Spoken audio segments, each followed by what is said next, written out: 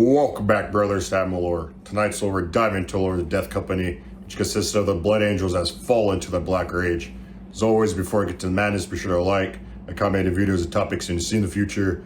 Be sure to subscribe from the upper. I want to thank you guys for support. Y'all been killing it. Now, let's get to the madness. Gethsemar Secundus had been dying for 117 days before the sons of Sanguinius came to it. By then, the planet's nights were brighter than its days.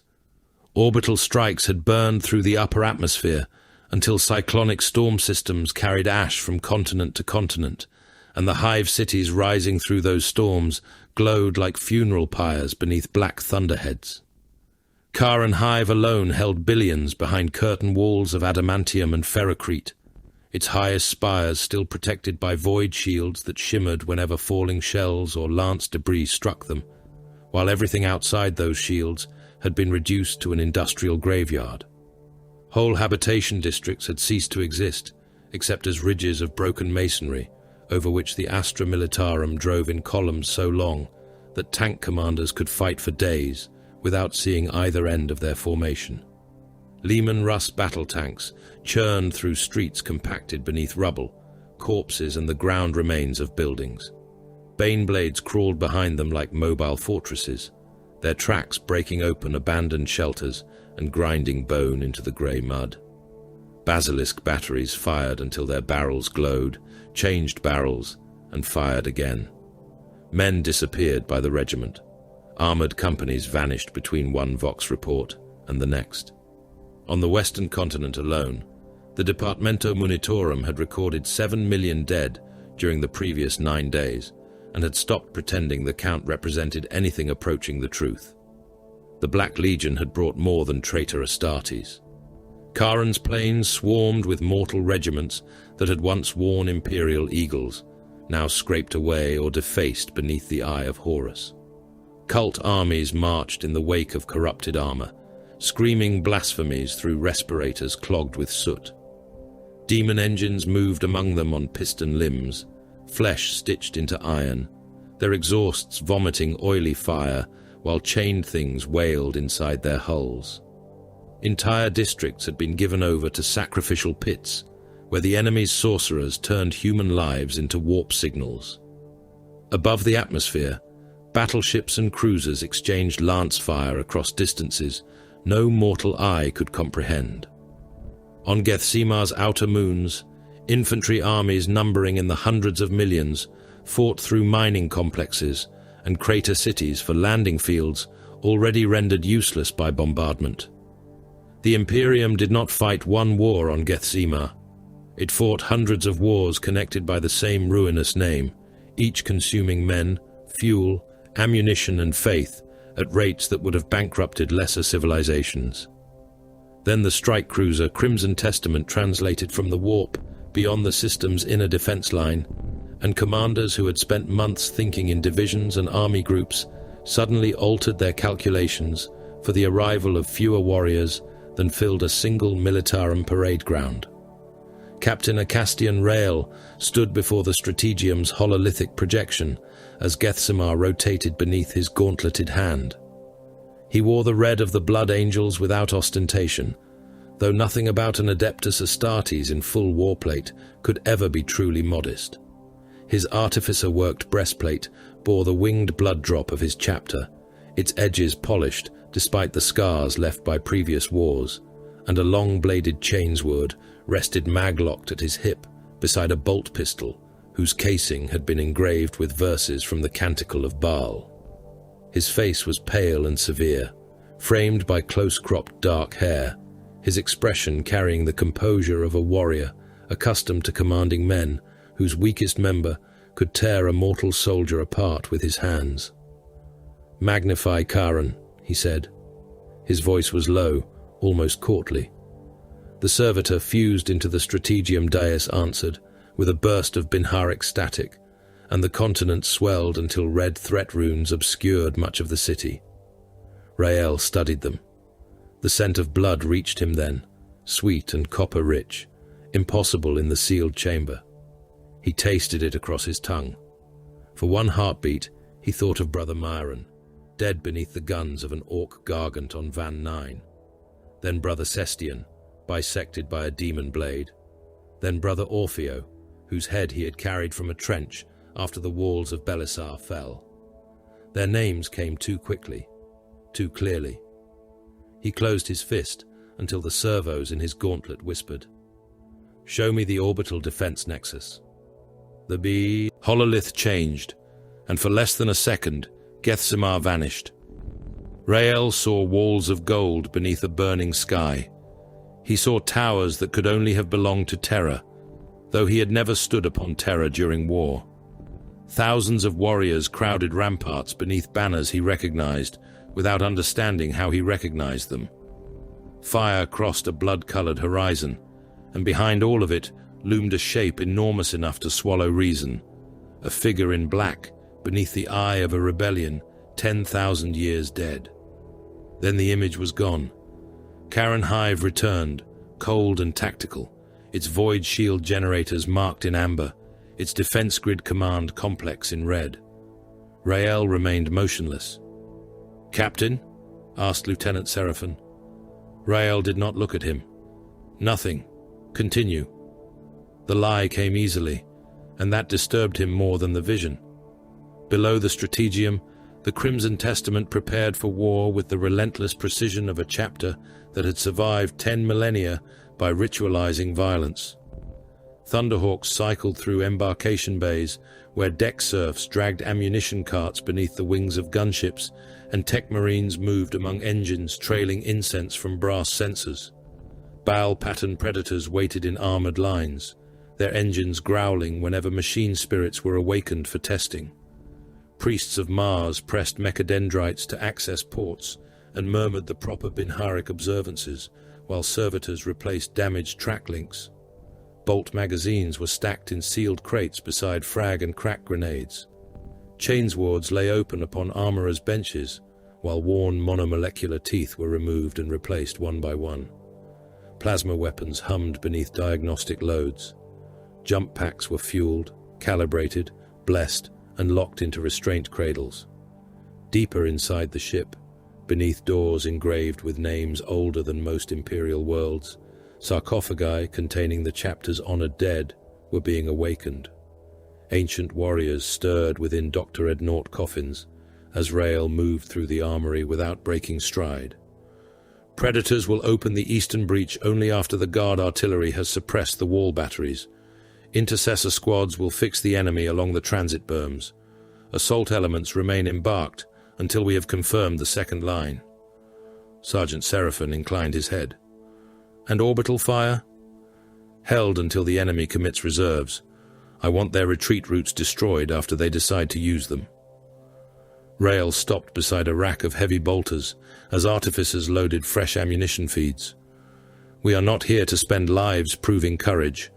Courage without purpose is vanity. The sergeant's mouth twitched in the faintest approximation of approval. As you command. Rael looked toward the assault deck, where red-armored warriors stood beneath the engines of waiting Thunderhawks. Every one of them had been created for war, each capable of killing scores of ordinary soldiers, yet he felt no temptation to squander them, merely because the Imperium considered Astartes' lives more valuable than mortals. Lives were ammunition too. A commander who fired them without aim deserved no command. Colonel Merrick Dane understood ammunition. He had spent most of the campaign watching it disappear. Men, shells, tanks, fuel, ration bricks, medici packs, replacement barrels, augmetic limbs. All of it entered Gethsemar's front and emerged as smoke.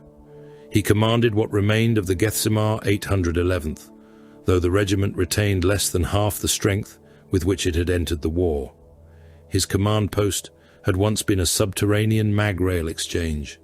The walls sweated condensation, and powdered ferrocrete fell from the ceiling each time enemy artillery struck above. Dane was standing over a tactical slate when the first Thunderhawk descended through the storm. The gunship came low enough to make the entire station tremble. Men stopped speaking. Several crossed themselves with the sign of the Aquila. Dane did neither.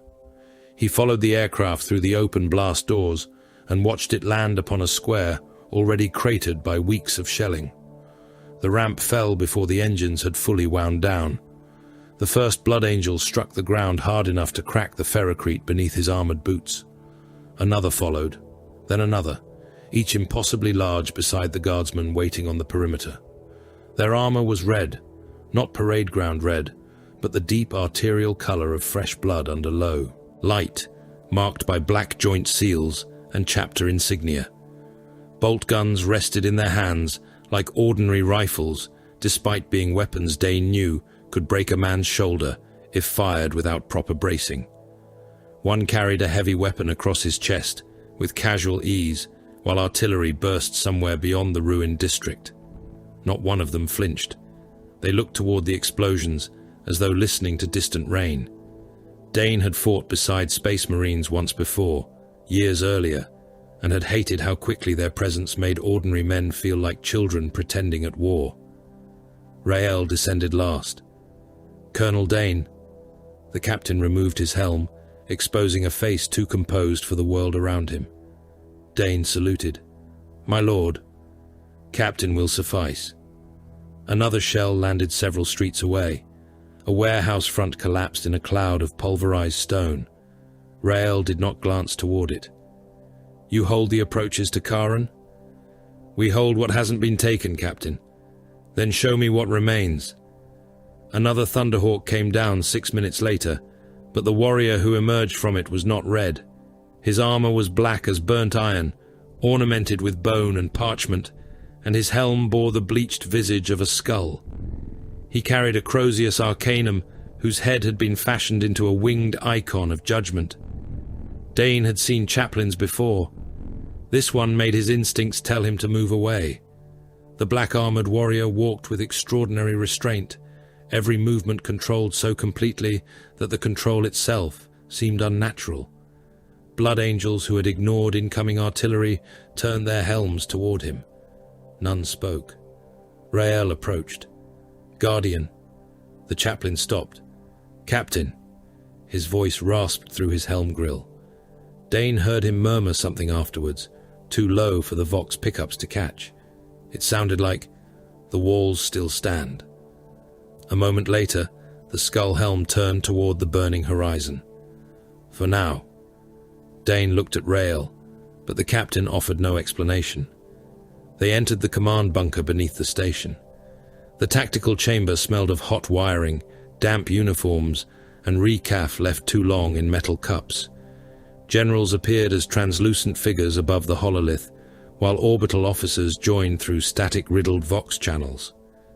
Karen Hive filled the display. "The defense grid command complex is here," Dane said, pointing beneath the Hive's central mass. "Pre-Imperial construction, possibly Dark Age foundations. The traitors seized it intact. Its batteries cover the reinforcement corridor from Gethsemar Tertius inward." Rael studied the firing arcs. "Incoming strength?" 3 major troop convoys, elements of 2 fleet groups, approximately 400 million additional guardsmen over the next 19 days if the corridor remains open. "And if it does not?" Dane's expression hardened. "They die in orbit or withdraw. Either way, we lose the system." The hololith widened. More than 1 billion Imperial troops were committed across the moons, orbital habitats, mining satellites, and neighboring worlds. Several 100 million fought around Karen alone. Conventional assault projections bloomed in columns of red. Rael read them without reaction. Projected casualties for a frontal advance. Dane hesitated. Depending on reinforcement flow, between 80 and 120 million before penetration of the outer hive. More if their demon engines remain concentrated. "Unacceptable." One of the generals on the hololith gave a bitter laugh. "Captain, with respect, this war has passed the point at which that word retains meaning." Rael looked at the projection. "Meaning is not determined by exhaustion, General. You have been ordered to take the hive. I have been ordered to make that possible." The Blood Angels struck before dusk, though dusk meant little beneath Gethsemar's poisoned sky. Thunderhawks punched through flak clouds, while Imperial artillery walked explosions across the enemy's forward works. Rael's assault force dropped behind the barrage in a storm of ash and burning metal. Red-armored intercessors landed in disciplined files and opened fire before the smoke cleared. Bolt rifles hammered. Mass reactive shells struck traitor infantry in the chest and detonated fractions of a second after penetration, bursting torsos open in sprays of blood, bone fragments and shredded webbing. A cultist lost both arms and half his ribcage to a burst that threw what remained of him against a barricade. Heavy bolter fire tore through a firing slit and transformed the men behind it into wet fragments slapping the inner wall. Second line, left embrasure, Rael ordered. Suppress. Bolter fire shifted as one. Seraphan, advance. Advancing. A corrupted chimera emerged through the smoke, armor plated with trophies and flayed skins. A Blood Angel's gunner fired a melter weapon from less than 30 meters. The beam struck the transport's flank and turned armor into incandescent vapor. The compartment behind it became an oven. Men stumbled from the rear hatch, burning inside their uniforms, skin hanging from their faces in wet strips before bolt rounds ended them. Rael crossed the breach without looking down. Enemy las fire sparked from his plate. His auto senses marked trajectories, ammunition estimates, friendly positions, and likely firing nests. Predators forward, intercessors hold, assault squad prepare to exploit. Every command was answered. Every movement had purpose. Then the Black Legion came. The first traitor Astartes stepped through a curtain of smoke in black ceramite, trimmed with tarnished gold, bolter roaring. One Blood Angel spun as a shell detonated against his shoulder guard. Rael fired twice. His first round struck the traitor's breastplate and fractured it. The second punched into the exposed seam beneath the gorget. The traitor Marine staggered, but did not fall. He charged. For several seconds, Rael ceased to see him. The armor changed. Black became ancient plate beneath a burning sky. The broken manufactoria became walls of gold. Smoke became the ash of terror. Behind the advancing warrior stood something impossible, something vast, armored in darkness, staring down through eyes that had condemned the galaxy. Horus. Rael heard one of his own hearts hammer faster, then the other. His mouth filled with the taste of blood. The world narrowed until nothing existed but the warrior before him and the shadow beyond. He met the traitor Marine with his chainsword. The first blow broke the enemy's guard. The second chewed through vambrace and forearm, scattering armor fragments and ropes of blood. The traitor tried to raise his bolter with the remaining hand. Rael caught him by the gorget and drove him backward hard enough to crater a ferrocrete wall. His chainsword entered beneath the breastplate and climbed. Teeth screamed through armor, abdomen, sternum and lungs, spraying Rael's red plate with dark arterial blood and fragments of pulverized organ tissue. The enemy died before the blade reached the ribs. Rael did not stop. He tore the weapon free, struck again, then again, destroying the helm, the skull beneath it, and finally the wall behind the corpse. When awareness returned, his chainsword was grinding against ferrocrete through what little remained of the traitor's head. Silence surrounded him, despite the continuing battle. Seraphan stood several meters away. Two intercessors had turned toward their captain. Rael released the corpse. Blood ran from his gauntlet in thick threads. "Advance," he said. No one questioned him. The position fell before night cycle. Lemates found Rael standing alone behind a shattered wall, while servitors recovered ammunition from the dead. The chaplain stopped beside him. For several moments neither spoke. Then Lemates asked, "What did you see?" Rael stared toward Karen's distant glow. A traitor. The skull helm remained motionless. Only a traitor. That is what stood before me. Lemates did not accuse him of lying. We have spent 10,000 years telling ourselves discipline makes us masters of what lies within our blood. His Crozius rested against one shoulder. Discipline matters. Honor matters. Will matters. None of them make the curse disappear. Rael's jaw tightened. I know the difference between thirst and madness. So did every brother who crossed the line. The red thirst is appetite, and the black rage is memory, Lamont said. A memory that is not yours, until suddenly it is the only thing you have ever known. Rael turned toward him. I am not lost. Not yet. Hours later, aboard the Crimson Testament, the first scream came across the internal vox. The walls, a battle brother roared through static. The palace walls are falling. Rael froze. Another voice broke in, louder, choking with fury. Sanguinius, my lord, wait for us. Warning runes ignited across the command deck. Then a third voice came through, close enough for Rael to recognize the warrior. Horus! A crash followed. Someone shouted an order. Metal struck metal. A bolt pistol fired inside the ship. Seal the apothecarian approaches, Lamates commanded over the vox. Chaplains to containment stations. No brother enters alone. Another scream echoed through meters of armor plating, then another, until the strike cruiser seemed to have developed voices inside its bones. Rael stood beneath the crimson lumen glow and listened to sons of Sanguinius call out to a dead Primarch, a dead War Master, and a war 10,000 years gone. Gethsemar had not merely drawn the Blood Angels into battle, it had awakened what they carried with them. Brother Tiber Ammon walked the walls of the Imperial Palace beneath a sky that had forgotten the color of day. Terror burned from horizon to horizon, and the fires were so vast that they painted the clouds from beneath, turning the heavens into a vault of bruised crimson and molten gold. Titans strode beyond the bastions, colossal silhouettes wreathed in smoke, every step shuddering through the palace foundations, hard enough to rattle dust from the battlements. Somewhere beyond sight, artillery batteries fired without cease.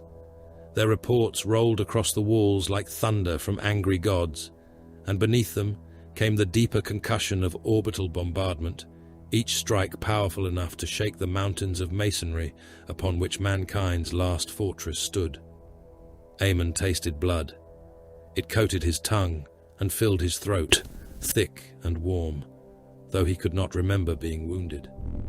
He turned toward the warrior standing beside him and saw a gold-trimmed plate beneath a mantle scorched black by ash. Azkaelon, Aemon said. The western wall is breaking. The warrior answered, but his voice came from very far away. Tiber, brother, hear me. You are aboard the Crimson Testament. Aemon stared at him. The man's armor became white for an instant. Not gold. White. Apothecarian white. A lumen strip burned overhead where the sky should have been. Then the wall returned, and the heavens screamed. His arms would not move. Betrayal. Aemon strained against whatever held him, and felt restraint cuffs bite into his wrists beneath the armor interfaces. Chains. The traitors had chained him while Terra died. Rage rose through him, but rage was too small a word for what happened next. It was not fury entering his mind. It was his mind being dragged through something older than himself. He remembered standing before the Eternity Gate, though Tiber Ammon had been created almost 10,000 years after the siege. He remembered banners burning above the Sanctum Imperialis. He remembered warriors whose names he had never learned kneeling in blood as they died. He remembered the angel passing overhead upon white wings, lit gold by fire, and the sight filled him with such love that his twin hearts seemed to rupture inside his chest. Then came grief. Not anticipated grief, not fear of loss. Certainty. Sanguinius was going to die. Aemon knew it with the same certainty with which he knew the beat of his hearts, because somewhere beneath memory and gene seed, and whatever curse had survived inside the sons of Baal, the death had already happened, and was happening still. Release me! His shout shook the restraints. The apothecary standing beside the slab did not move away, though mortal men would have fled. Brother Aemon, identify me. Release me, Ralderon. The War Master comes. Identify me. Aemon snarled. The face before him shifted between three men. He knew none of them, and all of them. One wore the blood-red plate of the Legion, as it had been before the breaking of the Imperium. Another wore a white helm, marked with the crimson helix. A third had no face at all, only darkness beneath a hood. "Do not test me while the palace burns." The apothecary lowered his voice. "I am Brother Corvain, sanguinary priest of the Blood Angels. We are aboard the strike cruiser Crimson Testament, in orbit above Gethsema Secundus. You are Brother Tiber Amon of the 5th Company?" For half a heartbeat the words penetrated. Gethsemar, 5th Company, Bastion Mordain, Rael. Then something vast moved behind those thoughts, and the names were swept aside like ashes beneath a storm. "Liar," Amon whispered. "You have the War Master's voice." Beyond the restraint chamber, the apothecarian had become a place of funeral preparation. The afflicted had been removed from their squads as soon as the first manifestations became undeniable.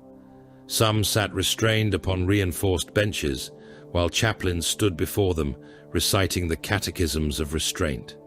Others knelt willingly, helms removed, eyes closed, repeating the names of their company, their squad, their campaign, and their captain, as though identity could be held in place through litany. "I am Brother Kalian. I am of the 3rd Company. I stand aboard the Crimson Testament. The year is not the year of the siege. Terror does not burn. The angel is dead." He repeated the words until his voice broke. Then his eyes opened and focused on something far beyond the steel wall. "My lord," he breathed. His restraint chains snapped taut as he lunged forward. 3 servitors and 2 Astartes had to force him back. Captain Acastian Rael watched from behind an armored observation screen, his helm held beneath one arm. He had commanded Callian for 63 years. The same warrior had once spent 9 hours teaching newly elevated battle brothers how patience in a kill zone mattered more than the hunger to close with the enemy. Now Callian tore at a restraint bar with enough force to warp the steel housing, screaming a challenge to Horus between fragments of tactical information from Gethsemar. "Eastern transit trench is mined. 3rd gun line will collapse if the armor turns south. Horus, face me, Oathbreaker. Captain, the palace guns require resupply. We cannot hold the Saturnine approaches with half ammunition." The statements came one after another without distinction. Past and present had fused into a single battlefield inside him. Rael's jaw hardened. "How many?" Sanguinary priest Corvain glanced toward the slate in his hand. "Confirmed beyond recovery, 37. Another 11 display early manifestations. 4 remain lucid enough to respond to grounding rites." 37. Rael said the number quietly. A company could endure 37 deaths and remain a company. This was worse. The warriors behind the glass still breathed. Their hearts beat. Their gene seed remained viable. They possessed memories, reflexes, battle honors, and voices Rael knew. Yet in every meaningful sense, they were walking away from him into a place none of their brothers could follow. A chaplain entered the chamber beyond. The rites began without fanfare. The Blood Angels had no need for theatrics when preparing their own dead. Armorers and chapter serfs removed the warriors' previous heraldry.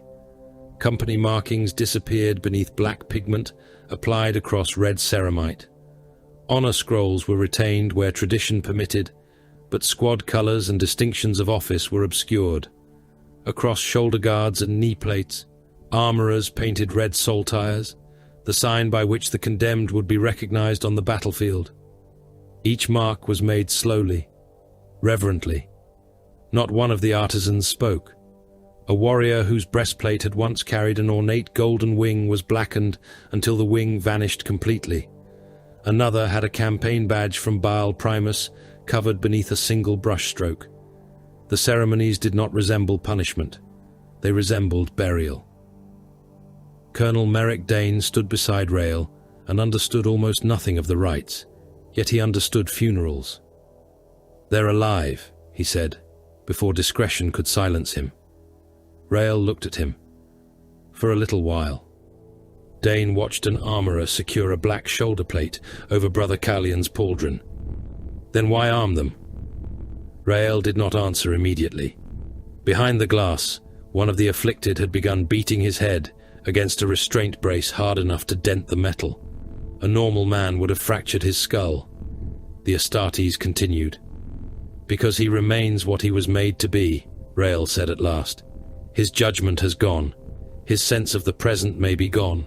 His fear is gone. His duty is not. Dane's eyes narrowed. A brother lost to the rage does not cease being Adeptus Astartes. His strength remains. His armor remains. His reflexes remain.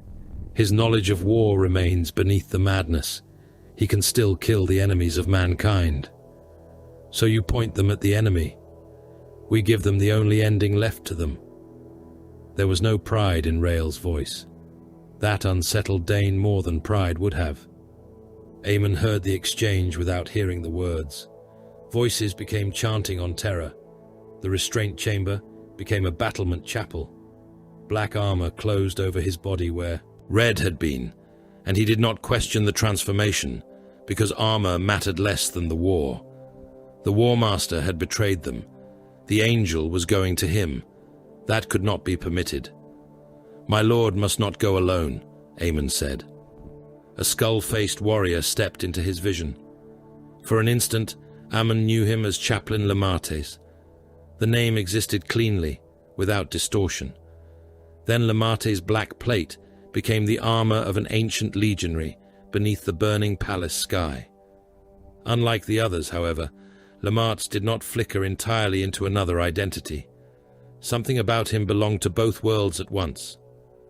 The War Master is ahead, Aemon said. I know. Aemon strained against the restraints. Then release me. Not yet. He kills the angel. Not yet. The words struck harder than shouted denial could have. Aemon stared through the skull helm's lenses. You see him? I see enough. Then why do you stand here? Because Horus waits beyond another battlefield. Terror shifted. The palace wall stretched into the image of Gethsemar beneath storm clouds, then back again. Lemates leaned closer. There is a fortress between us and the traitor. Its guns slaughter the Emperor's armies. Break that fortress, and the road opens. Aemon's breathing slowed. Will Horus be there? His servants will. Aemon smiled. It was not a sane expression. Lemates moved to the next warrior. The miracle was not that he could speak to the lost. Every chaplain learned the rites and phrases by which the death company could sometimes be directed. What distinguished Lemates was that he stood on the same precipice. The black rage lived within him too. He knew the visions because they were his visions. He knew the grief because it clawed at his own mind. Where another chaplain spoke from outside the nightmare, Lemates spoke from within it, and somehow refused to drown. Rael watched him guide another brother toward coherence, and felt something cold inside himself. How long can he continue? Corvain understood the question. No one knows. A serf entered carrying a sealed Vox scroll. He knelt before Rael. Captain, astropathic relay from Fleet Command. Rael accepted it. The message was brief. Astarath was coming. No one in the chamber reacted visibly, but the atmosphere changed. Dane noticed it, despite not recognizing the name. Rael handed the scroll to Corvain, whose expression hardened. The High Chaplain did not travel across war zones, because victory required ceremony. He came where the curse had grown deep. Among the Blood Angels and their successor chapters, Astarath's office carried a burden few outsiders comprehended. When the lost could no longer be guided, when madness turned them against brother as readily as foe, there remained one final mercy. Astarath bore it. Reinforcement? Dane asked. Rael looked through the glass toward the black-armored warriors. Judgment. Preparation continued. Restraints were released one warrior at a time beneath the supervision of chaplains. Armorers fitted jump packs to those selected for the assault cadre. Magnetic locks clamped the units into place along the backplates of their armor. Bolt pistols were secured at thighs and hips.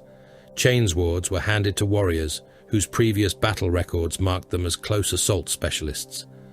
A power fist was fitted to Brother Callion, its oversized gauntlet locking around his hand with the heavy clack of adamantine couplings.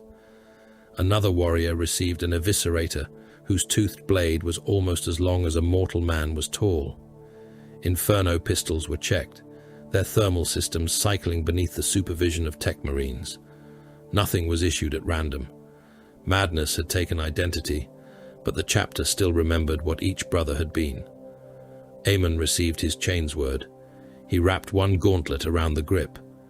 The armorer stepped back. Aemon depressed the activation rune. The motor screamed. The sound became something else. Terror dying. He saw bombardment tearing open the palace. He saw walls collapse. He saw warriors falling from ramparts as explosions swallowed them. He smelled burning stone and blood, and the ozone stink of void shields failing under impossible strain. His thumb tightened against the weapon's grip. "Horus," he whispered. Across the chamber, other Lost answered the name. Lamates raised his Crozius. Silence followed. The final litany began. Rael stood among the sane brothers at the chamber's edge. The words were old, older than many imperial institutions, phrases of sacrifice and remembrance shaped by centuries of repetition. The Death Company knelt in black armor beneath red saltires, jump packs rising behind them like folded mechanical wings.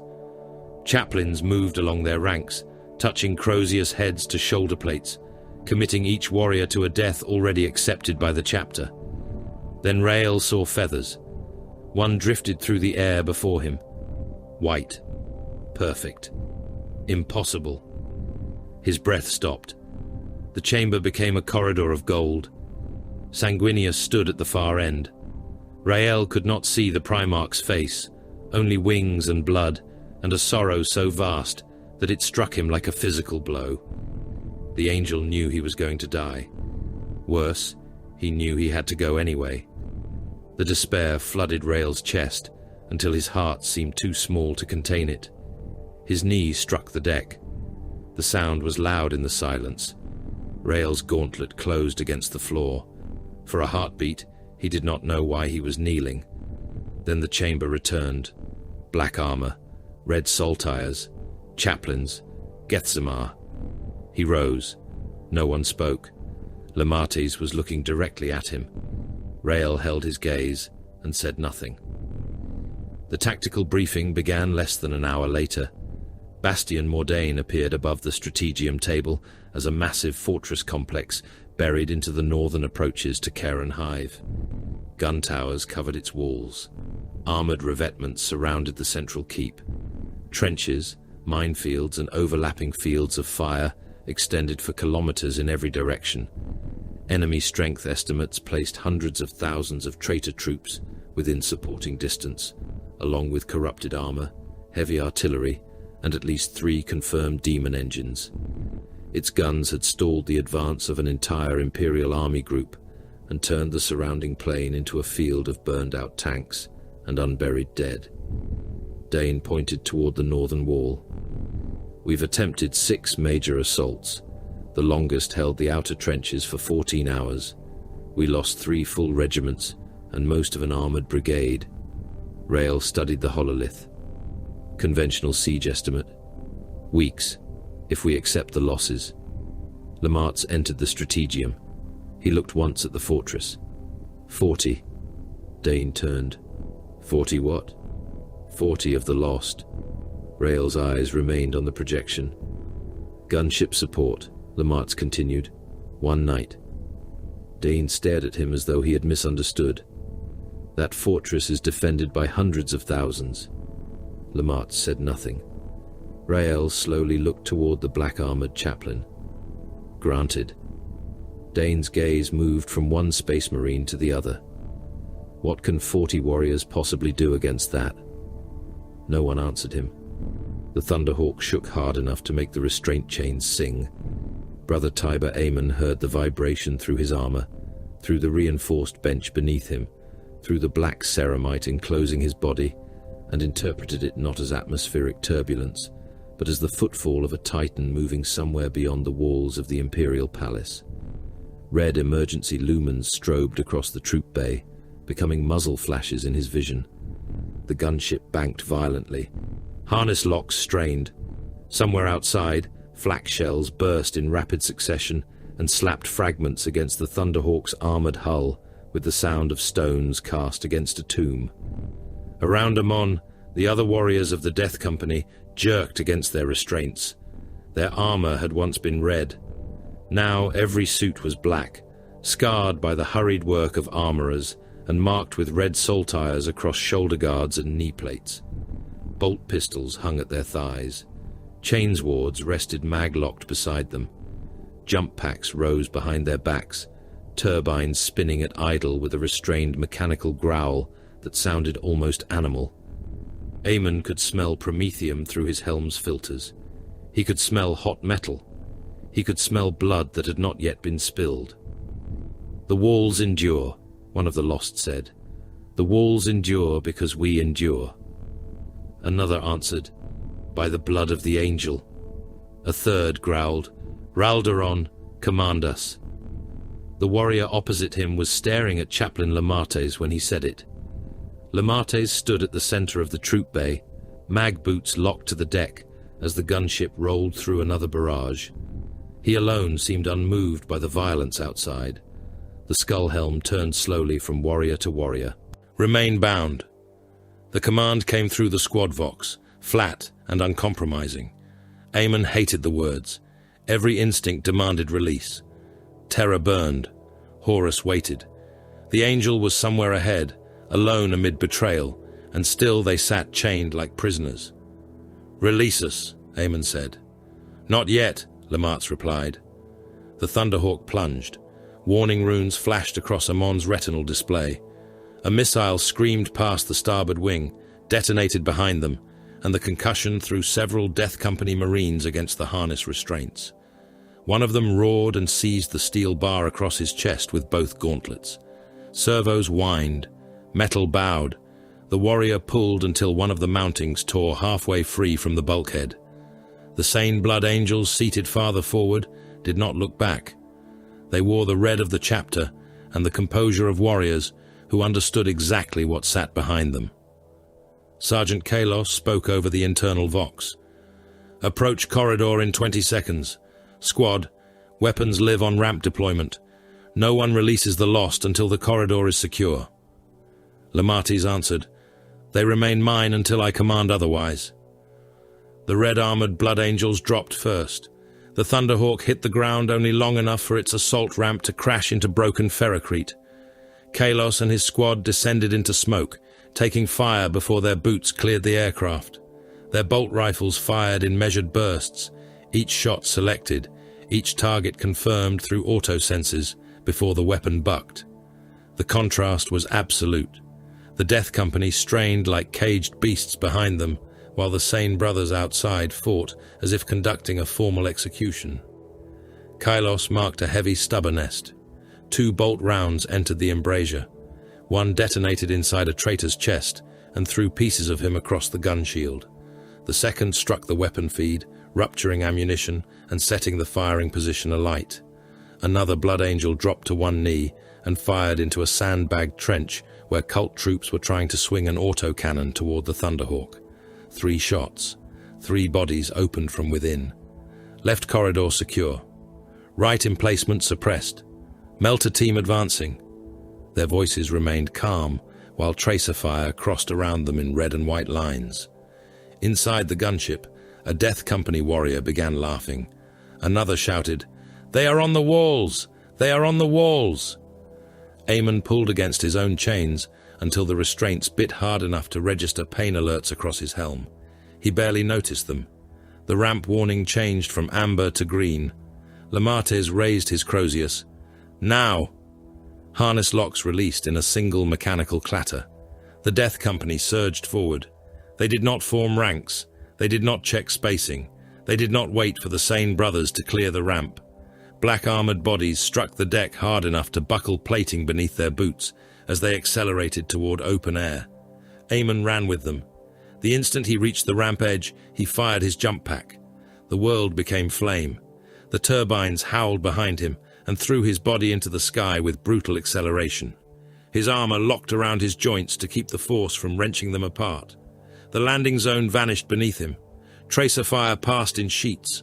Missiles tore burning contrails through storm clouds heavy with ash.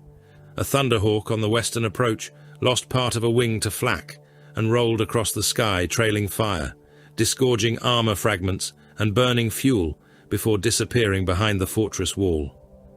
Eamon saw none of it as Gethsemar. Below him stood the palace. Ahead rose bastions upon which traitors had dared place their guns. "For the Angel!" someone screamed. 40 black-armored figures descended amid the anti-aircraft fire like stones cast by an angry god. Eamon did not slow before impact. His jump pack fired once, hard, an instant before he struck an enemy trench. The breaking burst reduced a lethal fall to one merely violent enough to crack the ferrocrete revetment beneath his boots. 2 mortal soldiers were beneath him when he landed. One disappeared under his weight from the waist upward, armor, ribs and skull collapsing beneath ceramite feet. The second was thrown against the trench wall with a broken spine. Eamon drew his bolt pistol before the dust settled. A traitor fired a lasgun at his face. The beam scorched his helm. Eamon answered with one shot, the mass reactive. Bolt entered beneath the man's sternum and detonated inside him. His chest came apart.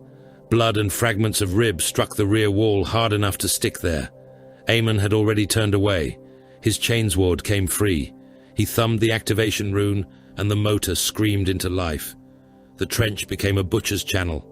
Eamon's chainsword struck the first defender across the shoulder. Monomolecular teeth caught cloth, flak plate, flesh and bone in the same instant, dragging the man's upper body sideways before the arms separated at the socket. Blood sprayed across Eamon's breastplate. The next traitor tried to stab him with a bayonet. Eamon caught the rifle in one hand, crushed the weapon's receiver, and drove the chainsword upward through groin, abdomen and chest. The blade kicked as teeth struck pelvis. Bits of webbing, cloth and meat sprayed from the weapon's housing. Eamon wrenched it free and advanced. Behind him, Brother Callian landed inside a fortified firing position and struck the bunker door with his power fist. The adamantine gauntlet hit with enough force to deform the entire locking frame. The second blow punched through. Men screamed on the other side. Callian pulled the door outward, hurled it aside, and drove his fist through the first defender hard enough to collapse armor, spine, and rear wall together. The Death Company did not distinguish between obstacles. Flesh was an obstacle. Steel was an obstacle. Masonry was an obstacle. Everything between them and the traitors was something to be broken. A mortal soldier dropped his rifle. Eamon saw him. The man stood in the middle of a communications dugout, both hands raised. He was young beneath the dirt and ritual scars, hardly more than a boy by imperial standards, though a black 8-pointed star had been branded across his forehead. His weapon lay at his feet. His mouth moved. "I surrender." The words reached Eamon as something else entirely. He saw the warrior kneeling over Sanguinius. He saw blood on golden armor. He saw Horus's servants laughing while the angel died. Eamon crossed the distance in one stride. The traitor screamed, "No!" Eamon struck him with the back of his gauntlet. The man's head snapped sideways. The force broke his neck, shattered his jaw, and tore the upper spine loose from the vertebrae beneath it. His body struck a support column hard enough to split his torso open against the edge. Eamon never saw the surrender. He saw only justice. Far behind the battlefield, Colonel Merrick Dane watched the assault through a grainy pict feed projected above a command table. Static broke the image every few seconds. Shell detonations washed the screen white. Even so, he saw enough. He saw black-armored giants descend into positions that had stopped guard infantry for weeks. He saw one Death Company Marine leap over a barricade and land among 10 men. He saw another run through autocannon fire long enough to reach the gun crew. He saw Aemon strike the surrendering soldier. The picked feed shook, cleared, and showed what remained sliding down the wall. Dane did not speak for several seconds. They didn't even see him surrender. Rael stood beside him in red armor, helm clipped at his belt. No. Would it have mattered if they had? Rael's expression did not change. To them, he did not surrender. On the battlefield, Lamart's transformed madness into direction. He did not order firing arcs, advance intervals, or bounding maneuvers. Those belonged to warriors inhabiting the present. Instead, he stood upon the wreck of a traitor transport and pointed his Crozius toward the fortress gate. The War Master's servants guard that passage. Break them. The nearest Death Company Marines changed direction instantly. He turned toward an artillery tower. Traitors on the battlement, cast them down. 3 jump packs ignited. Black-armored warriors launched upward through flak and landed amid the gun crews. He saw an armored column moving to reinforce the inner wall. The killers of the Angel come in iron. 8 of the lost pivoted as one and hurled themselves toward the vehicles. From Bastion Mordane's command chamber, Warsmith Cordran Vale watched the assault markers move across his hololith and misunderstood everything. He had served the Black Legion long enough to despise Imperial Space Marines as degenerate inheritors of a dying empire, yet he respected their tactical predictability. They seized objectives. They preserved strength. They withdrew when losses exceeded value. What now moved through his northern defenses resembled none of that. "A berserker spearhead," he said. "Nothing more." His adjutant indicated the Western Reserve icons. "They have penetrated farther than projected." "Then close behind them. Commit the 9th cohort and the mortal armor. Let them bury themselves." The reserve orders transmitted. Thousands of troops began converging on the Death Company's position. Armored personnel carriers turned from prepared trenches. Traitor Astartes squads advanced under smoke. Demon engines lumbered from fortified shelters. Vale believed he was surrounding the attackers. Lamartes saw the movement and smiled behind his skull helm. "Good," he whispered. Imperial artillery observers saw it too. On a ridge more than 20 kilometers away, forward spotters fed coordinates through Vox relays. Basilisk batteries adjusted elevation. Medusas shifted bearing. Manticore crews opened firing solutions. Dane watched enemy icons cluster around the lost. "They're going to be overwhelmed." Rael looked at the same display. "Yes." Dane turned sharply. "You knew." Lamartes knew. On the tactical screen, the Death Company ran directly toward the forming pocket instead of away from it. The sky broke open. Imperial artillery descended in waves. The first barrage hit behind the converging traitor lines and sealed their retreat. The second landed among armor, flipping transports onto their sides and tearing tracks from tanks. The third walked across the infantry concentration. Earth erupted in columns. Men vanished inside pressure waves. Bodies were thrown high enough to strike the roofs of bunkers. A demon engine staggered as a heavy shell struck beneath it and ripped 2 mechanical limbs away. The Death Company continued advancing through the bombardment, trusting the fire plan or not understanding it at all. Several were caught by the edges of explosions. One disappeared beneath a shell burst and emerged seconds later with half his shoulder guard missing, blood streaming from his neck seals. He kept running. That was when Dane understood why ordinary tactical assumptions failed against them. A sane Space Marine recognized injury. He evaluated damage. He conserved a wounded limb, recalculated movement, withdrew if continued combat threatened mission failure. The Lost possessed the same armor diagnostics, the same enhanced physiology, the same combat reflexes, but pain competed with something far greater. The agony of torn muscle meant little beside Sanguinius's death. Brother Callian took an autocannon burst through the lower abdomen. One shell shattered ceramite and opened him from hip to ribs. Warning runes must have flooded his helm. He did not stop. He crossed 12 meters, seized the weapon by its barrel housing, and dragged the gunner over the shield before crushing the man's skull in his power fist. Then another burst struck Callion across the chest and threw him backward. He rose again. The third burst tore away half his left leg. Only then did he fall. Others died harder. A Death Company Marine struck by a plasma blast lost most of his torso above the waist and vanished into incandescent vapor. Another was caught beneath a tank tread and crushed into the mud. One took a demon engine's claw through the chest and still fired his bolt pistol repeatedly into the machine's face until the claw tore him in half. They were not immortal. They simply forced the enemy to prove it over and over again. Aemon reached the bastion wall with 3 brothers. A breach opened beneath a gun platform where Imperial shelling had fractured the outer facing. The passage beyond was narrow, built for mortal troops, forcing the Astartes to duck beneath support beams and turn their shoulders through service corridors. That made the defenders believe they had found an advantage. They had not. Confined space only reduced the directions from which the Death Company needed to kill. Aemon entered first. A shotgun fired at point-blank range. Pellets burst against his breastplate. He drove his chainsword through the shooter's abdomen and into the man behind him.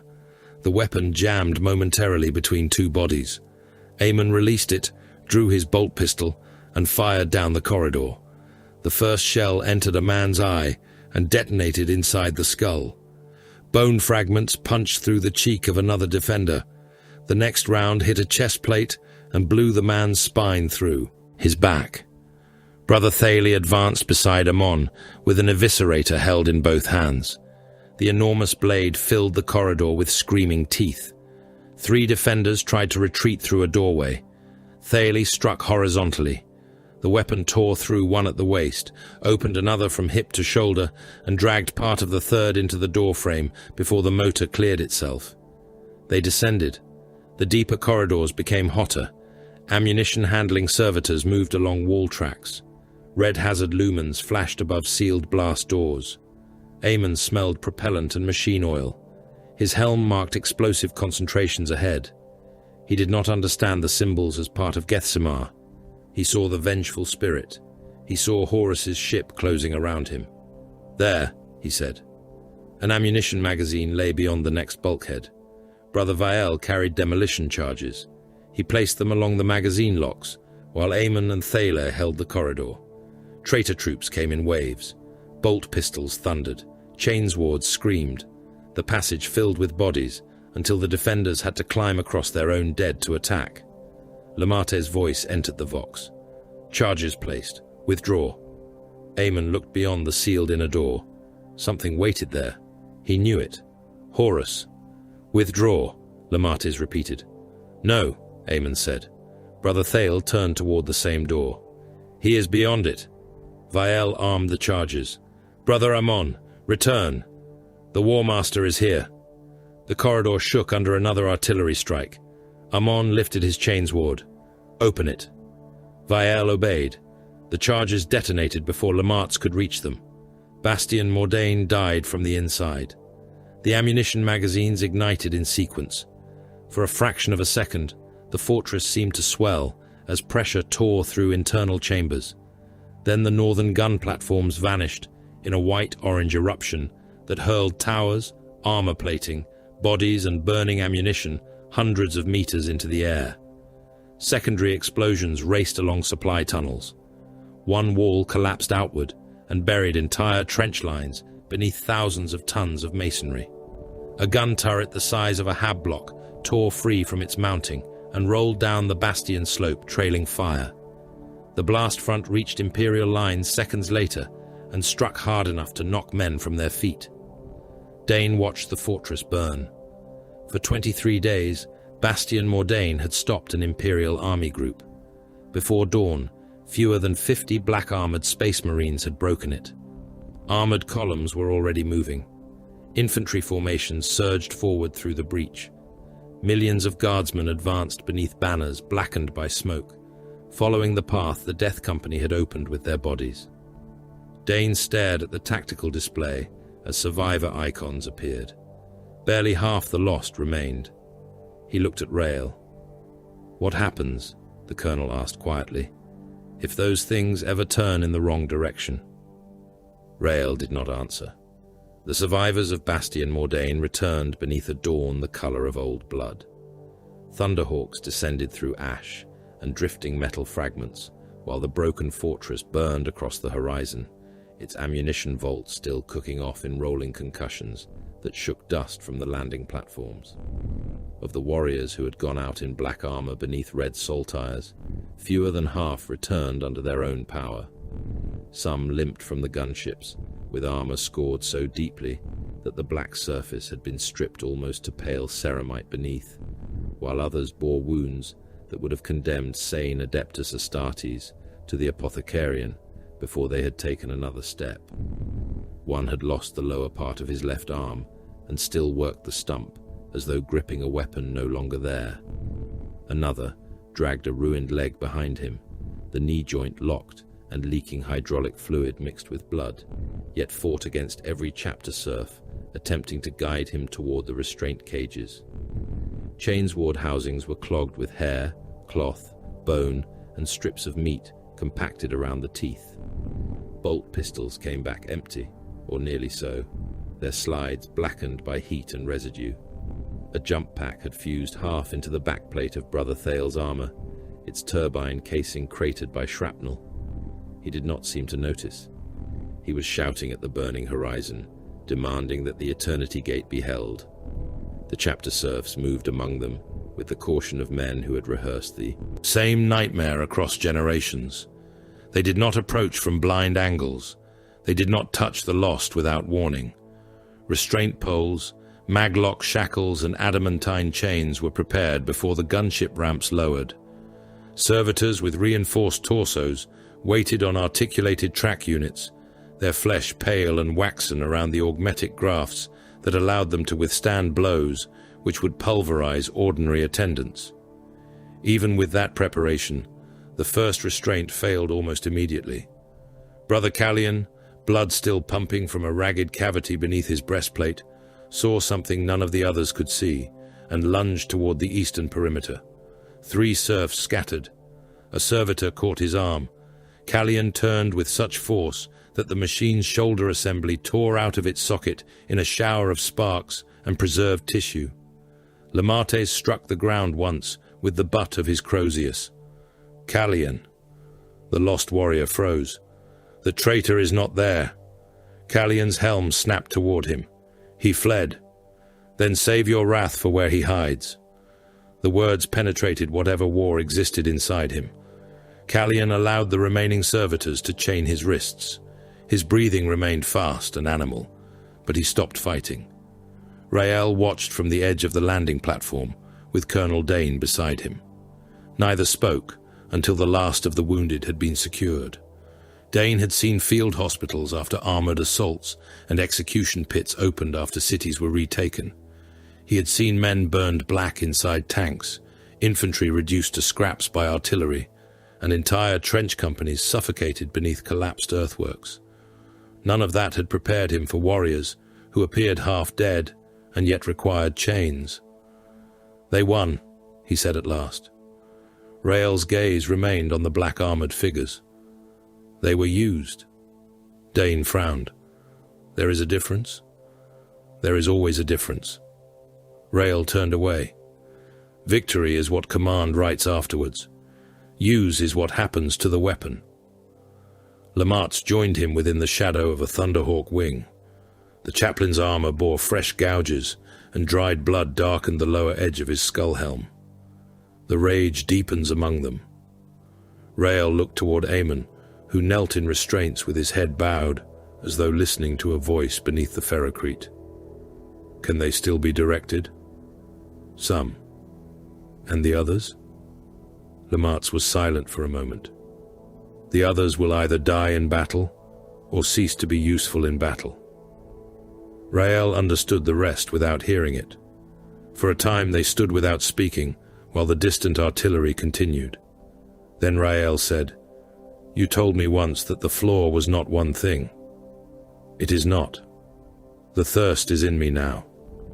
He said it quietly, though no one close enough to hear would have misunderstood. During the fighting, I could smell blood through sealed armor. I wanted it, not metaphorically, not as battle fury. I wanted to taste it. Lamartz turned his skull helm toward him. That is the red thirst. Rael's jaw tightened. And Aemon? Aemon is somewhere else. The answer was simple enough to be cruel. Rael looked at the Death Company again. So the same curse takes two forms. The same blood carries both. Do not mistake that for sameness. Lamartez rested one gauntlet upon the head of his Crozius. The thirst is hunger. It lives in the flesh. It sharpens aggression, sensation, appetite. A brother can feel it and still know where he stands, who commands him, whose blood coats his blade. The rage is not hunger. It is inheritance. It is memory forced through blood and gene seed until the dead become more immediate than the living. The brother does not merely desire violence. He believes he stands where our father stood. He sees betrayal around him. He hears the War Master. He feels Sanguinius die. Rael's voice lowered. 10,000 years. 10,000 years have not been enough. The words carried no bitterness, only certainty. The sons of Sanguinius had built an entire civilization within the chapter around that certainty. Their halls were filled with sculpture, illuminated manuscripts, carved stone, gilded icons, and painstaking works of art, because every blood angel was taught to create as well as destroy. They practiced restraint, because something beneath restraint desired excess. They studied beauty, because something in their blood answered too easily to horror. They polished armor, composed verse, memorized ritual, and honored the dead, not because they were untouched by savagery, but because savagery lived close enough to touch them. Their nobility was not evidence of purity. It was architecture built around a fault line. Dane did not know those thoughts, but he had begun to see their shape. He had expected space marines to be direct things, warriors, weapons, demigods in ceramite. The blood angels were more unsettling. They spoke with ritual courtesy while standing among heaps of dismembered enemies. Their armor carried carved wings and drops of blood as heraldry. Their voices remained measured while discussing casualties that would have broken mortal regiments. Yet the black-armored warriors chained behind the perimeter revealed the thing all that elegance contained. Dane found himself looking again at Rael's immaculate breastplate, the polished insignia, the precisely maintained weapon at his hip. It no longer seemed decorative. It seemed defensive.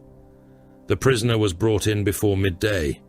He had been recovered from a collapsed command bunker beneath Mordane's inner line, trapped under fallen plating with both legs shattered. Apothecaries had not treated him beyond what was required to keep him conscious. He was Black Legion, his armor stripped from him piece by piece, until only a damaged body glove remained over a frame still monstrously larger than a mortal man's. One eye had swollen shut. The other watched Rael with contempt. "Name," Rael said. The traitor Astartes smiled through broken teeth. "You know what I am. I asked what you are called.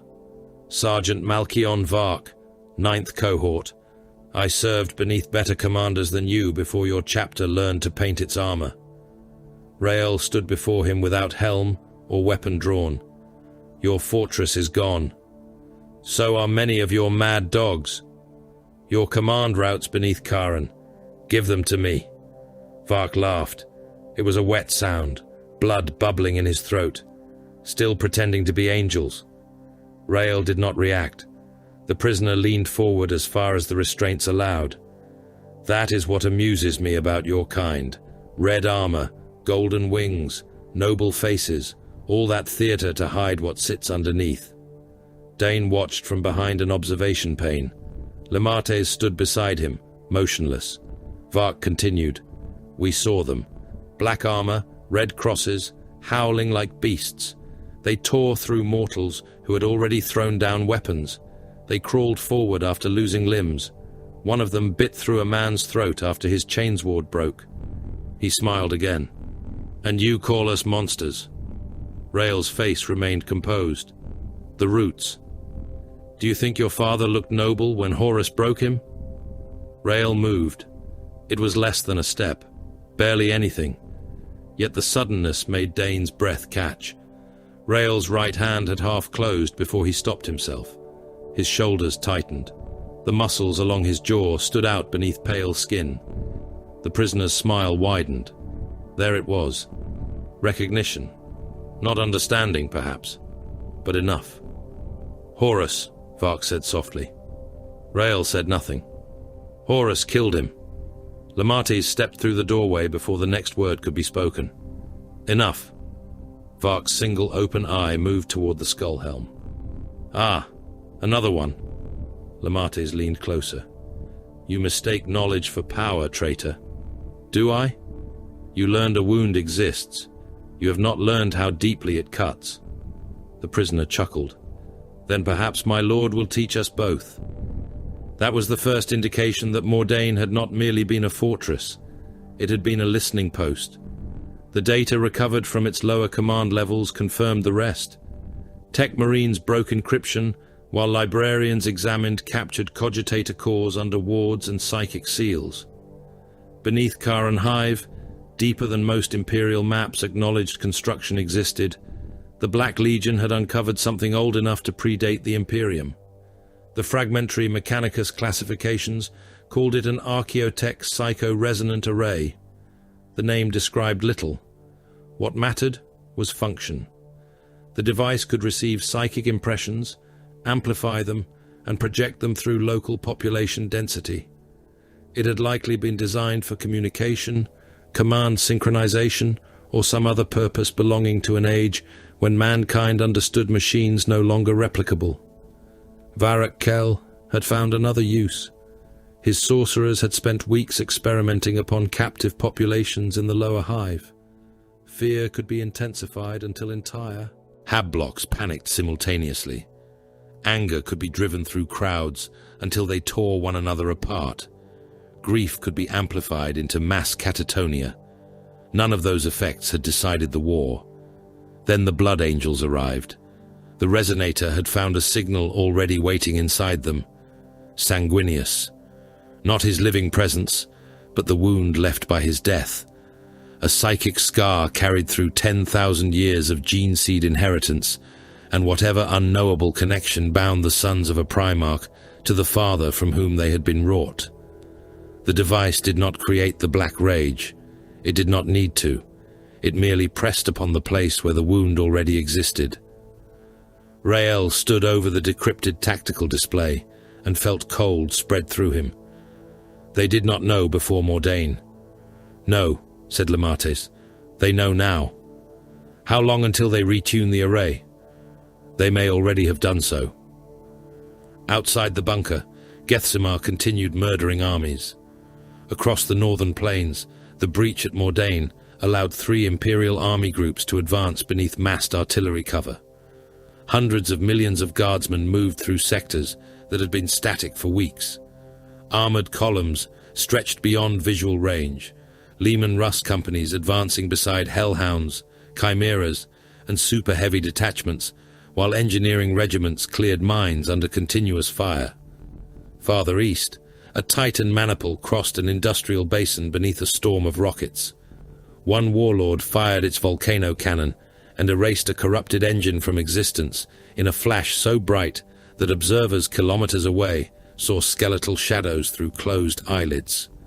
Minutes later, a traitor macro weapon answered. The return strike hit an armored staging region and turned an entire division into a nuclear bright wound visible from orbit. Above Gethsemar's second moon, Navy cruisers exchanged lance fire with enemy vessels, while attack craft died by the hundreds between them. One Imperial cruiser lost void shields, and then its prow under sustained bombardment. Tens of thousands died before the ship's corpse had finished rotating. On the moon below, men continued fighting because none of them knew it had happened. War consumed numbers too large for a human mind to hold. Yet everything might now depend upon a machine buried beneath one hive. Aemon began screaming at dusk. He had screamed before. This was different. "The War Master comes!" The cry passed through the holding chamber and into the corridors beyond. 2 blood angels walking outside stopped at the same moment. One was veteran Sergeant Alcaeus, a warrior with nearly 2 centuries of service. He stared at the wall. Blood ran down it.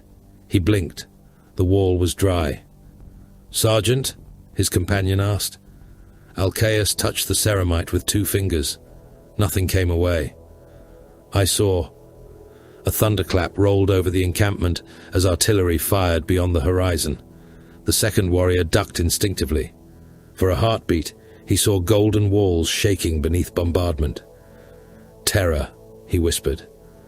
The word reached the chaplains. Reports followed within minutes.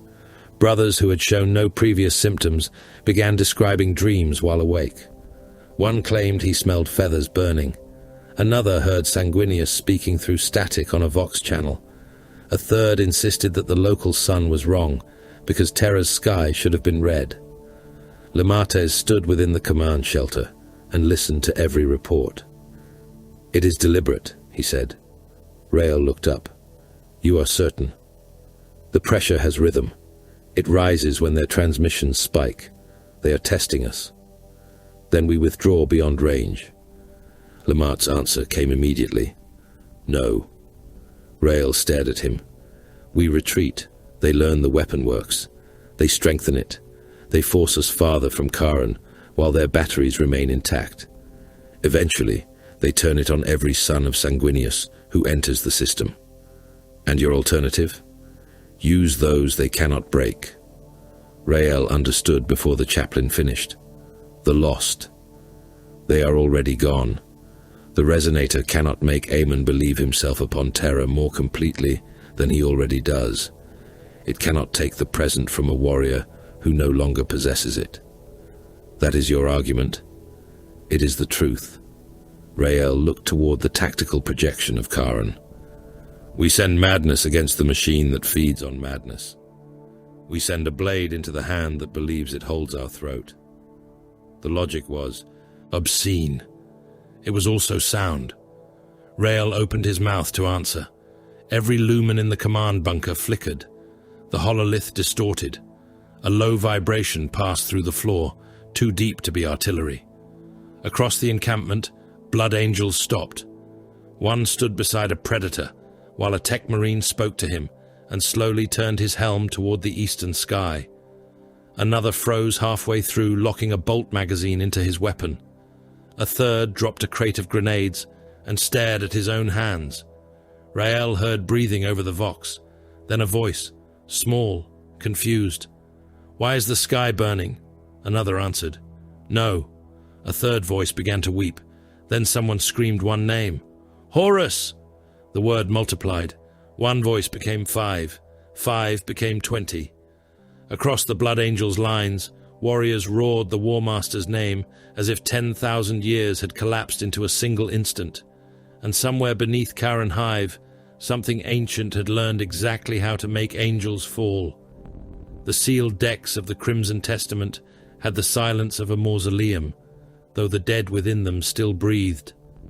Chaplains moved from chamber to chamber beneath low red lumens, accompanied by sanguinary priests, armorers and servitors, carrying restraint chains thick enough to hold charging Astartes.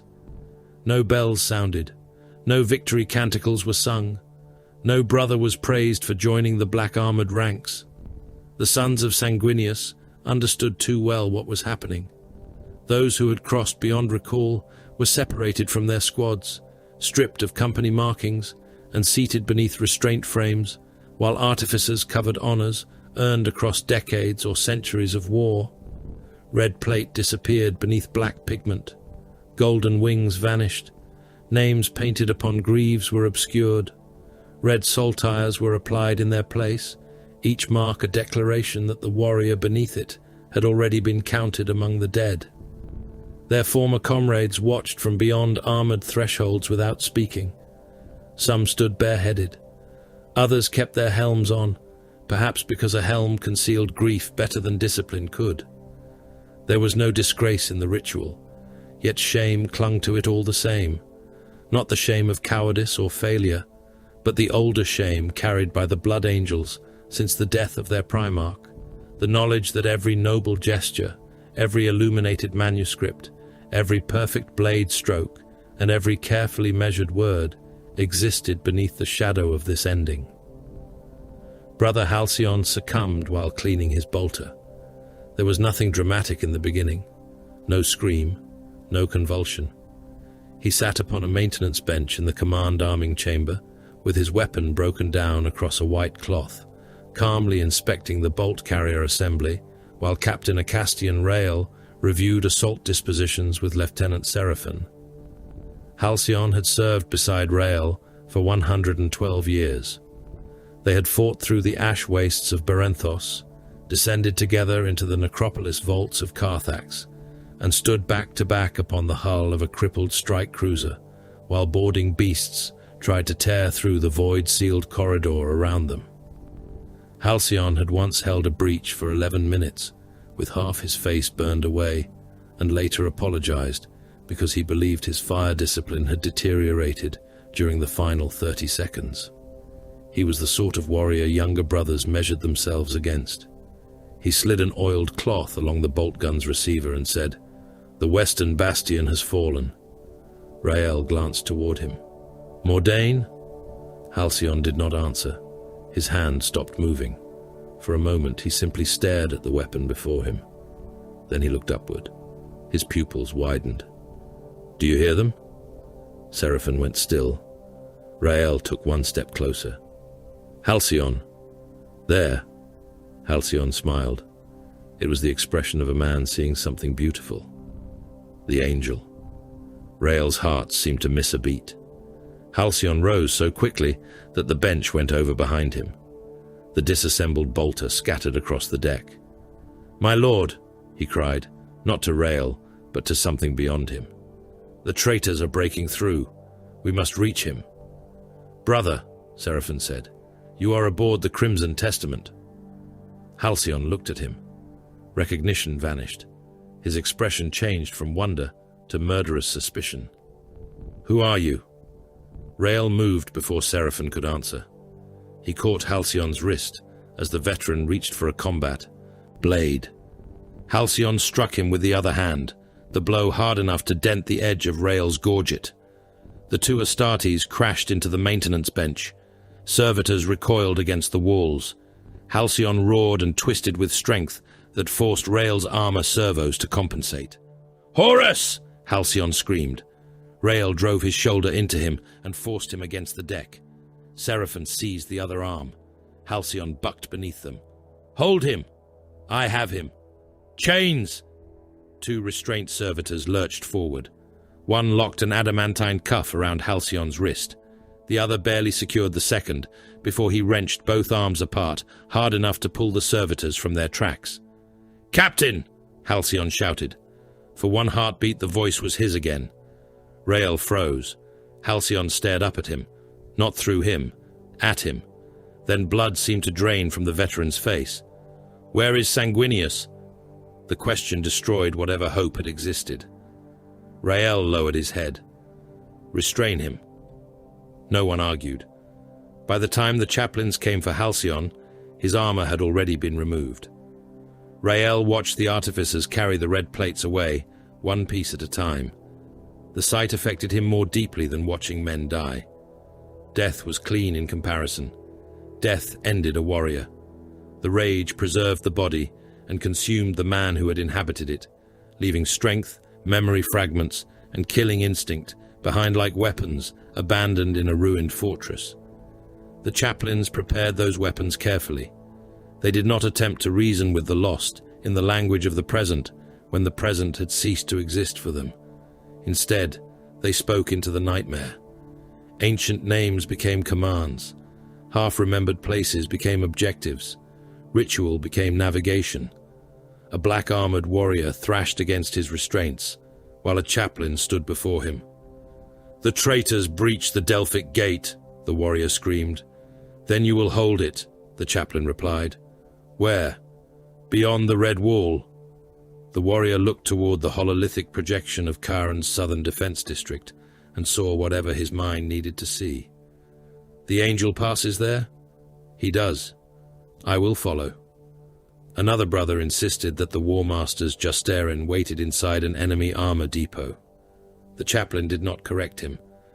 Then break the War Master's guard. The lost warrior bowed his head. By blood and oath. The method was neither hypnosis nor deception in any ordinary sense. The chaplains could not create obedience where none remained. They could only find symbols still intact within fractured minds and turn them until the path of hallucination aligned with the path of war. Tactical orders became prophecy. Target designation became liturgy. Withdrawal points became sacred thresholds. A reinforcement column became the War Master's killers. A bunker became the last gate before Sanguinius. Each phrase was chosen with the care of a bomb disposal rite. Lemates required fewer words than any of them. He understood the terrain because some part of him walked it too. Brother Tiber Aemon knelt beneath restraint chains while his armourers repaired what could still be repaired from Bastion Mordain. His black plate was scarred pale along the chest and shoulder. One vambrace had been replaced entirely. His chainsword lay disassembled beside him, its teeth being cleaned of compacted flesh and shattered bone. Rael approached. Aemon did not look up. "Brother?" No response. Rael waited. Then Aemon said very softly, "Captain?" Rael's breath caught. Aemon lifted his head. His eyes were clear, not calm, but present. "Captain Rael, I am here." Aemon looked around the chamber, as if seeing it for the first time. "We are aboard ship." "Yes." "Gethsemar." "Yes." Aemon swallowed. His expression became one of terrible exhaustion. "Mordain." Rael stepped closer. "Did it fall?" "It fell." Aemon closed his eyes. "For how long?" Rael knew what he meant. "Long enough." Aemon's lips moved in something that might have been prayer. "Did I fight honorably?" The question struck Rael harder than any weapon had. "You did." Aemon opened his eyes again. "Did I shame the chapter?" "No." "Did I kill our brothers?" "No." The tension in Aemon's face eased. For perhaps 30 seconds, Tiber Aemon returned to himself. A veteran of the Blood Angels, a son of Baal, a warrior who knew exactly what had happened to him. He looked down at the black armor covering his body. "I cannot hold it." Rael said nothing. "I can feel him dying." Rael's throat tightened, Aemon's gaze unfocused. Every time I close my eyes. His breathing changed. "No." "Aemon." "No." His head snapped upward. "Why does he still live?" Rael knew the moment was gone. Aemon surged against the chains. "Why does Horus still live?" The restraint frame groaned. "Why have you not killed him?" Lemates appeared behind Rael. "The War Master hides behind another fortress." Aemon turned toward him instantly. "Where?"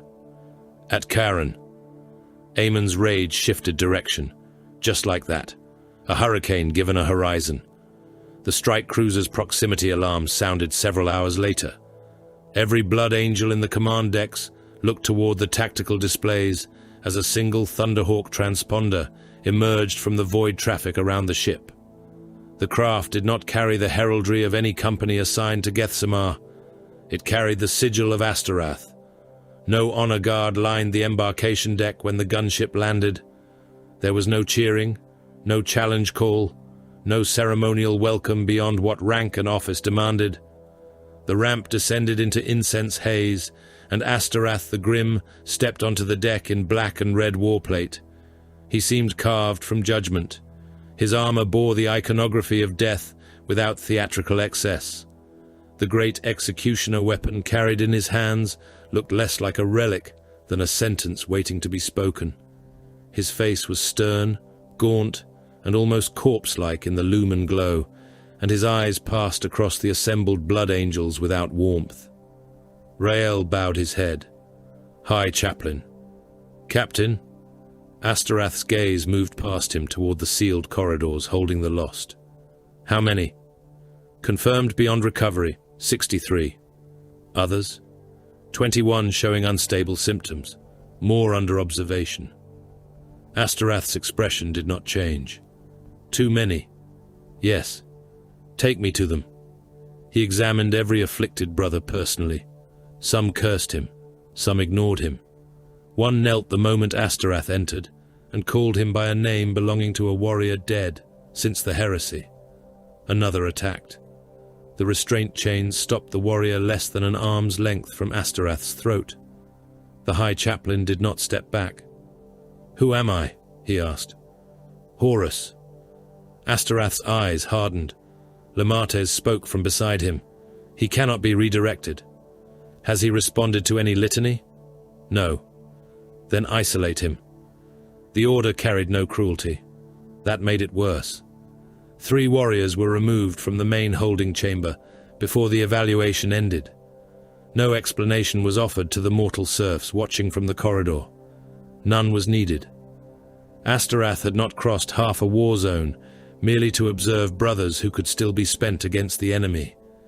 He existed for those whom battle could no longer redeem. Dane learned enough from silence. He watched the isolated cells seal and did not ask what happened beyond them. Enemy transmissions began shortly before the Strategic Council. At first they sounded like Vox interference. Then a voice emerged. "Blood of the Angel." Every blood angel in the command bunker froze. The transmission shifted. Ancient battle cries poured across channels reserved for Imperial command traffic. Names from the Siege of Terra. Fragments of corrupted Legion oaths. A deep voice repeated Sanguinius's name beneath layers of static. One blood angel's Vox operator tore his headset away hard enough to rip the cable from the console. Another collapsed to one knee. The pict screens flickered. For an instant, they displayed a crude image of a winged figure kneeling before a giant in black armor. Rael crossed the chamber in 3 strides and smashed the display with his gauntlet. Jam all non-secured frequencies. A mortal Vox officer stared at him. "Captain, that will disrupt guard coordination." "Then reroute through hardline relays. We will lose half our forward traffic." "Better half than all." Asterath stood beside the damaged screen. "They know where to cut." Rael looked at him. "Yes. They will cut deeper." The Strategic Council convened beneath blackout protocols. Karen Hive filled the hololith. The fortress city had become an open wound across the continent, its defensive districts layered one behind another beneath void shield coverage and fortress-grade artillery. Tens of millions of civilians remained trapped beneath the upper hive in shelter levels too deep for evacuation and too densely packed for selective orbital strike. An Imperial general appeared in blue static above the table. "Bombardment remains the rational option." Rael answered, "You would collapse the lower hive. The civilians are already casualties in every meaningful projection. They are alive. For now." Dane watched Rael's face.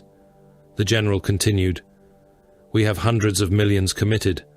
We cannot lose the campaign preserving shelters the enemy uses as human armor." Rael looked toward the central projection. "The resonator is beneath them." "Precisely. Then bombardment risks burying it beneath kilometers of rubble without destroying it." The general fell silent. Lamartz pointed toward the southern fortress district. "This route." Dain stared. "That is their strongest wall." "Yes. 3 defense belts, armor reserves, confirmed traitor Astartes." "Yes." Dain looked toward Rael. "You intend to attack where they are strongest." Rael studied the fortification pattern. "No, we intend to make their strength irrelevant." The assault plan formed around that sentence. The Death Company would strike first, not as a conventional spearhead, as bait. Several dozen jump-equipped Lost would cross the fortress district at maximum speed, deliberately drawing every gun, reserve, and counter-assault formation that could be redirected toward them. Sane Blood Angels would follow along secondary axes, Predator formations would advance behind artillery suppression. Guard armor would push into the corridors opened by the Astartes. Infantry armies numbering in the millions would then pour through whatever breach survived. The lost were not expected to return. Their task was to penetrate beyond the point where rational troops would withdraw. Past the minefields, past the overlapping heavy weapons, past the first counterattack, past the second. Far enough that the Black Legion would be forced to choose between ignoring them and allowing black-armored Astartes into the heart of their defense, or committing everything available to destroy them. Either choice would create weakness. Casualty expectation? Dain asked. Lemates looked at him. All.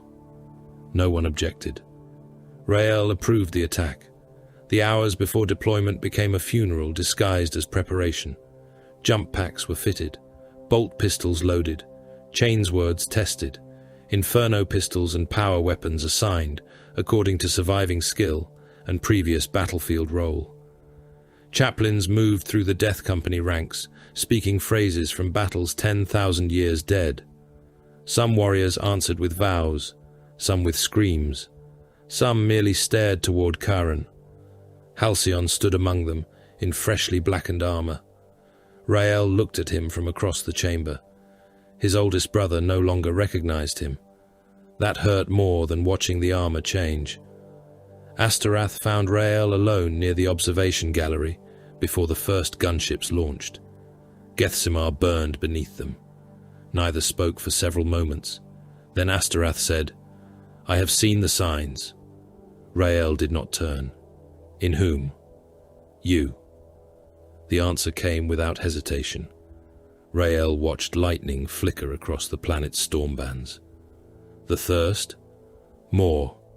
Rael's gauntlet tightened against the railing. "I remain in command." "For now?" Rael finally looked at him. "Is that why you came? To kill me?" Astarath met his gaze. "If the moment comes, I will do what duty requires. No threat, no comfort, only truth." Rael looked back toward Gethsemar. "And until then?" Astarath stood beside him as the first Thunderhawks detached from the Crimson Testament and fell toward the burning world. "Until then," he said, "Gethsemar needs every son of Sanguinius who can still hold a weapon." The offensive began before dawn, with artillery enough to make the horizon move. Thousands of Imperial guns opened fire across the Karen front in carefully staggered waves, their muzzle flashes merging into a continuous white glare beneath the storm clouds. Basilisks hurled shells over the heads of advancing armor. Medusas barked at closer ranges with concussions that thudded through the ground like the heartbeat of some buried god. Manticores emptied missile racks into fortress districts already burning from previous bombardments, while siege mortars dropped explosives into trench complexes so deep that the blasts lifted entire slabs of ferrocrete into the air. Smoke generators laid artificial weather across the plains, kilometers of grey and chemical black, rolling ahead of the mechanized armies. Through it came Lehman Russ squadrons by the thousand, turret lenses glowing through dust, tracks grinding over trenches, shell holes and bodies that had already become part of the ground. Baneblades advanced behind them with engines howling beneath cathedral-sized exhaust stacks, their main guns firing at targets too distant for ordinary men to see. Traitor armor answered. Corrupted battle tanks spat shells from gun barrels wrapped in chains and human skin. Demon engines lurched beside them, half machine and half obscenity, pushing through wreckage on clawed limbs, while mouths opened in places armor should have been. Above the advancing armies, aircraft fought beneath the hive spires. Thunderbolts, marauders, and enemy interceptors crossed at impossible speeds, breaking apart in trails of flame or vanishing into clouds shredded by anti-air fire. Higher still, Titans walked among the Manufactoria. A warlord of the Legio Ignatum fired across an industrial basin, its volcano cannon turning 3 city blocks and an enemy engine into incandescent vapor. Seconds later, return fire struck the void shields around its upper carapace, and filled the storm with artificial suns. From Colonel Merrick Dane's command position, the battle had ceased to resemble movement and become geology. Entire fronts shifted. Armored columns curved across the tactical hololith like rivers of steel. Millions of infantrymen advanced behind them in layered echelons, some riding chimeras, some marching under artillery cover, some packed into trenches awaiting the order that would send them into open ground. Casualty estimates updated so quickly that the figures meant nothing beyond direction. Dane watched one sector lose nearly a division inside 6 minutes and another gain 3 kilometers because a traitor fuel depot had detonated under naval fire. There were too many men to picture and too much killing to comprehend. Then a cluster of tiny crimson icons crossed the hololith from the rear, and every senior officer in the chamber looked toward them. Thunderhawks, blood angels. The Death Company were almost invisible against the scale of the offensive, fewer than a company-sized formation descending into a war being fought by hundreds of millions. Yet Dane knew what those icons meant. Somewhere above the smoke, black-armored maniacs chained into gunships were being carried toward the strongest defensive district in Karen. The Thunderhawks entered the flak zone at full burn.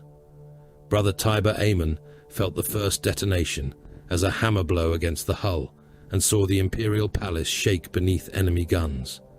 Restraint bars crossed his chest. Chains locked his wrists. Red lumens flashed inside the troop bay and became fires on terror. Around him, the lost strained against their harnesses, some whispering the name of Sanguinius, others muttering fragments of half-remembered litanies. "The gate holds," one growled. "The gate must hold." Another looked toward Lamates and said, "Ralderon, they come again." Lamates did not correct him. His skull helm remained fixed toward the assault ramp as another flak burst struck close enough to throw the entire gunship sideways. Warning runes flashed across Amon's display. He tasted blood. The turbines of his jump pack screamed behind his shoulders as the restraint systems held them at standby. "Remain bound," Lamates ordered. Amon pulled against the chains. The palace walls were falling. He could hear them. Somewhere outside, aircraft cannons thundered. Somewhere else, a Titan roared through vox distortion. "Release us." "Not yet." "The Angel is alone." "Not yet." The Thunderhawk to starboard died first. A flak shell struck its engine nacelle and tore half the assembly away in a bloom of flame. The gunship rolled violently, one wing dropping toward the ground. Its pilot fought the descent for several seconds before the damaged engine exploded and the aircraft became a burning projectile. Inside, the Death Company did not panic. Panic belonged to men who feared death. The Lost tore at restraints while the deck tilted beneath them. One warrior ripped his harness mounting from the bulkhead. Another smashed the locking mechanism with his fist. The rear ramp opened manually as the craft fell. Black armored figures hurled themselves into the storm. Jump packs ignited in staggered bursts. Some fired too early and spun through tracer fire. Others waited until the ground rushed upward with fatal speed, then triggered their turbines seconds before impact. Two landed hard enough to crater the road beneath them and rose immediately. One struck a hab wall shoulder first and disappeared through it. Three never cleared the gunship. The Thunderhawk hit the district beyond them and exploded in a rolling fireball that swallowed an entire defensive emplacement. Lamatz's aircraft came through lower. The ramp opened before touchdown. He jumped first. The Guardian of the Lost descended through tracer fire with his Crozius held in both hands. His jump pack fired once, brutally, and drove him into a traitor barricade hard enough to collapse it. Two mortal defenders vanished beneath the impact. A third raised a laser gun. Lamates struck him across the chest with the Crozius. Armor, ribs, and spine collapsed inward. The body left the ground and hit the side of a bunker in a spray of blood. The chaplain turned before it fell. "The traitor stands beyond the guns," he broadcast. "Come to me." The Lost heard him. Across the district, jump packs ignited. Aemon was in the sky. Below him stood Karen Hive. Below him stood Terror. A Black Legion tank rolled through a boulevard cratered by shellfire. A traitor war machine advanced before the Eternity Gate. Aemon fired his jump pack and descended. He landed on the tank's turret. He landed upon the War Master's iron beast. The crew tried to traverse the gun. The traitors turned their weapon toward Sanguinius. Aemon fired his Inferno pistol into the turret ring. The beam turned armor white. The metal glowed. Ceramite became liquid. The hatch buckled inward. A scream came from below. Aemon tore the hatch free with one hand and drove the pistol into the opening. The blast filled the compartment with light. The crew became smoke, burning cloth and fused tissue. The machine stopped moving. The war machine died before the palace. Aemon leapt away. He flew through Gethsemar. He ran across Terror. The realities no longer alternated cleanly. They lay atop each other, one bleeding through the other. Hive towers became palace battlements. Traitor Astartes advancing between them wore black and gold, then the sea green and brass of a legion that had not existed in that form for 10,000 years. A burning chimera became a wrecked assault carrier before the Sanctum Imperialis. A collapsing hab block became a section of palace wall. Everywhere, Horus's servants came. The Death Company hit the enemy armor at distances no sane commander would have chosen. Don't forget to like, comment, and subscribe. Support really helps. Inferno pistols fired from meters away, their thermal beams boring through plating and filling crew compartments with furnace heat.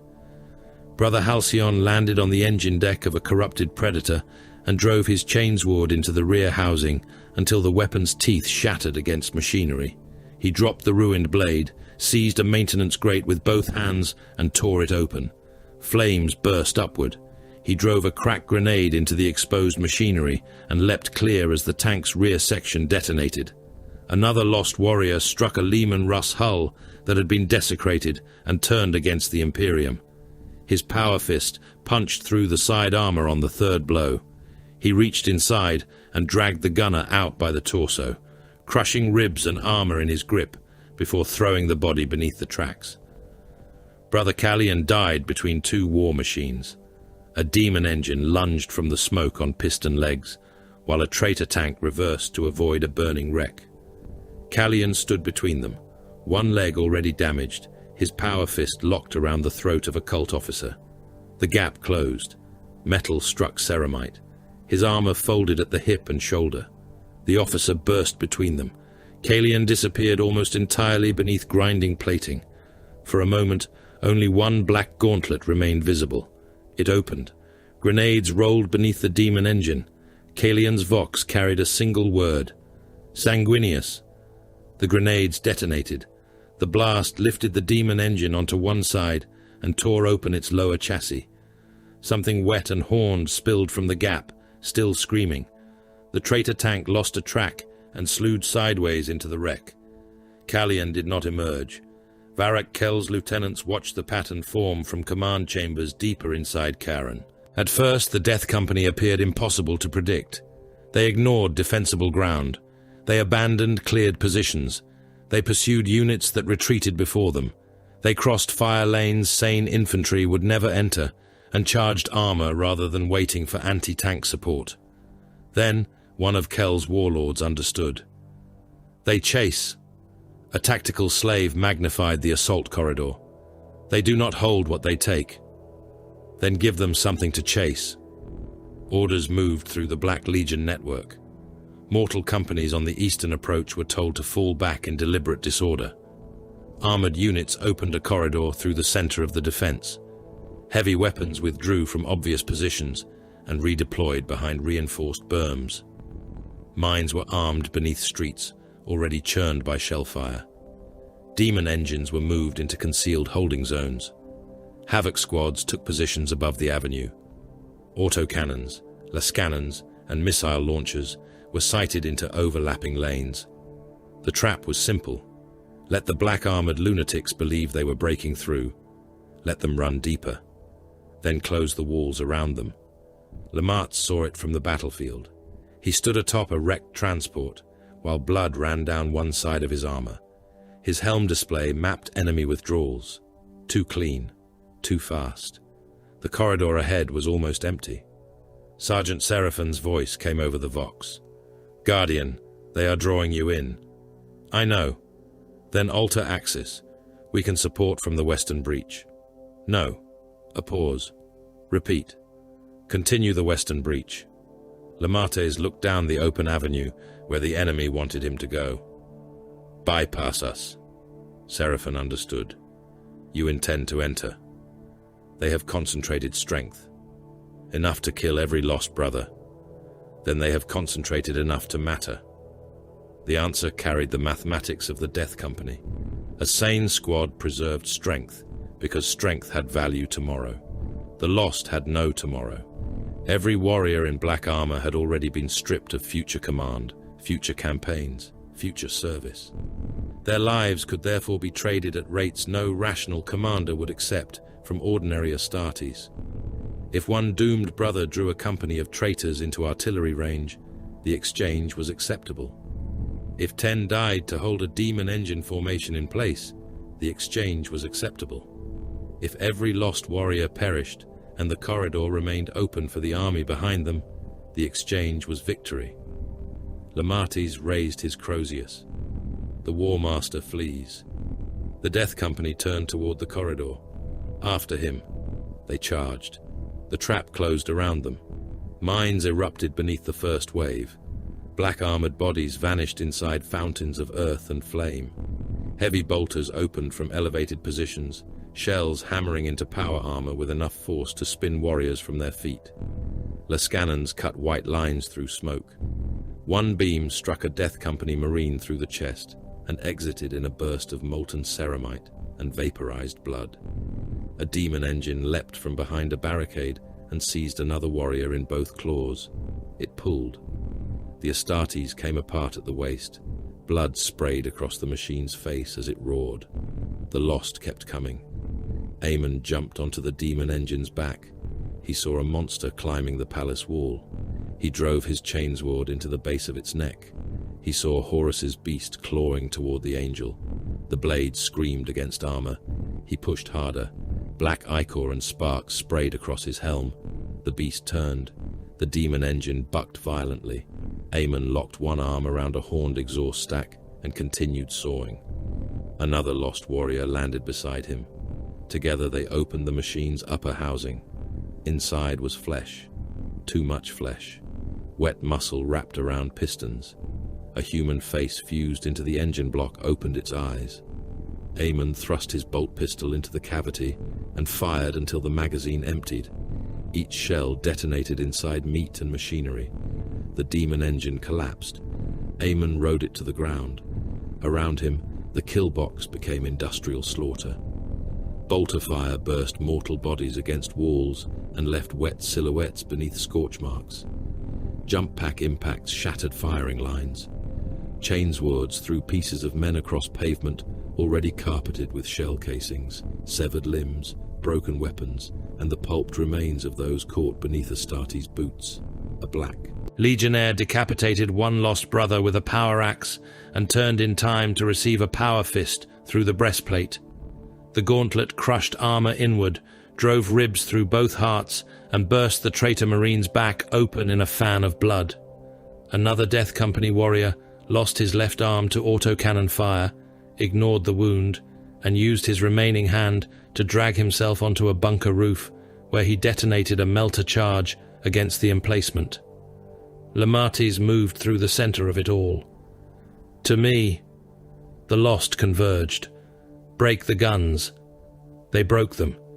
The gate hides the murderer. They turned toward the gate. The enemy had built the trap to contain berserkers. They had not understood that the berserkers had a chaplain. Behind them, the sane blood angels advanced through the western breach exactly as ordered. Seraphin's squads ignored the roar of the Death Company Voxnet and pushed into positions the enemy had weakened to feed the trap. Predator tanks fired through gaps between hab blocks. Intercessors cleared upper floors with disciplined volleys. Assault Marines dropped behind withdrawing cult formations and cut escape routes. Then Dane's armies came. The scale returned all at once. Millions of guardsmen moved into the corridor. Chimeras poured through ruined gates in continuous columns. Lehman Russ squadrons advanced beside them, battle cannons firing over infantry lines. Engineers cleared mines under fire. Heavy weapons teams established positions in the shadow of burning buildings. Regimental banners appeared through smoke, disappeared, then appeared again farther forward. What the Death Company had created was not ground, it was access. Dane stood in the cupola of his command chimera as the vehicle crossed a district no Imperial tank had entered since the invasion began. To his left, a Baneblade fired its main cannon down a boulevard and turned a traitor strongpoint into dust. To his right, infantry flooded through gaps in shattered walls. The colonel looked ahead and saw black armored figures fighting in the distance, tiny against the burning hive. He finally understood. They were not an army. An army held territory. An army preserved reserves. An army planned for the next day. The Death Company did none of those things. They were a weapon, a blade driven into the one place an army could not reach. And once the opening existed, the army followed. Captain Rail watched the breakthrough from a forward command position as the Vox filled with casualty reports, artillery corrections, and requests for armor support. His helm display showed the western breach expanding. Karen Hive stood ahead beneath smoke and fire. Then he heard a voice. Not over the Vox, not through the helm. Behind him. A Castian. Rail froze. The battlefield continued around him. Guns fired, tanks moved, men screamed into radios. A Thunderhawk passed low overhead. The voice came again. My son. Rail turned. No one stood there. His retinal display marked Karen Hive. His mind showed black walls beneath an impossible sky. The vengeful spirit. He could see it. He could smell blood inside its corridors. Far ahead stood a figure with white wings. Sanguinius turned toward him. Come. For several seconds, Captain Acastian Rail did not know which battlefield was real. Karen Hive swallowed the war whole. Beyond the outer defense belts, there were no longer broad killing grounds, clean artillery lanes, or kilometer-deep fields of wrecked armor through which the Death Company could be pointed like a missile. The battle turned vertical and close. Habitation stacks rose like cliffs on either side of avenues clogged with overturned transports, dead civilians, collapsed masonry, and burning devotional statuary. Manufactoria continued operating in districts where workers had long since fled or been conscripted. Assembly lines carrying half-finished machine components passed corpses hanging from gantries. Rail tunnels became trenches. Transit shafts became firing pits. Shrine plazas became fortified redoubts beneath statues whose faces had been shot away. Cult troops occupied balconies, maintenance walkways, sewage galleries, and hab corridors so narrow that power-armored warriors could barely turn their shoulders. The Imperium advanced street by street and floor by floor, every meter purchased with bodies, every intersection mapped only after someone had died reaching it. The Death Company had entered a battlefield where friend and enemy could appear within arm's reach of one another, and that made them more dangerous to the Blood Angels than any gun line. Brother Tiber Aemon ran through a hab concourse beneath a ceiling painted with flaking images of Imperial saints. The concourse was Karen. The concourse was terror. His chainsword screamed in his right hand, its teeth slick with blood and black oil. Ahead, Astra Militarum infantry rushed through a shattered transit arch in grey greatcoats, laser-guns raised. For one heartbeat, he saw guardsmen. For the next, they wore ancient plate beneath the eye of Horus. Their helmets changed shape. Their insignia became the marks of traitor legions. Aemon's chainsword rose. The nearest guardsman froze, staring upward at the black-armored giant bearing down on him. "Blood Angel!" the mortal shouted. "Imperial! Imperial!" Aemon heard only treachery. He took one step forward. "Le Martes to Amon." The voice struck through the nightmare. Amon stopped. "The foe is east." He turned his helm. "There," Lamate said. "The War Master's dogs flee through the eastern arch." Amon saw movement. Cult troops were retreating toward a stairwell. His chainsword lowered away from the guardsmen. "After them!" Amon charged. The mortal soldier sank against the wall and did not realize until several seconds later that he had stopped breathing. Lamates moved among the lost, like a shepherd driving wolves through a crowded city. His Crozius rose and fell, cracking armor, bone, and ferrocrete alike, but his greater weapon was his voice. "The sons of Horus are above you." Black-armored warriors fired jump packs and smashed through balconies. The traitors hide beneath the shrine. 3 others descended into a maintenance tunnel. "Hold! Those before you bear the Emperor's mark." Sometimes the words worked instantly. Sometimes the lost turned their helms slowly, suspiciously, as though the chapter's own chaplain had become part of the betrayal. Lamates never hesitated. Doubt invited disaster. He spoke with the certainty of a warrior who shared their visions yet refused to serve them. "Not there, here, not him, them.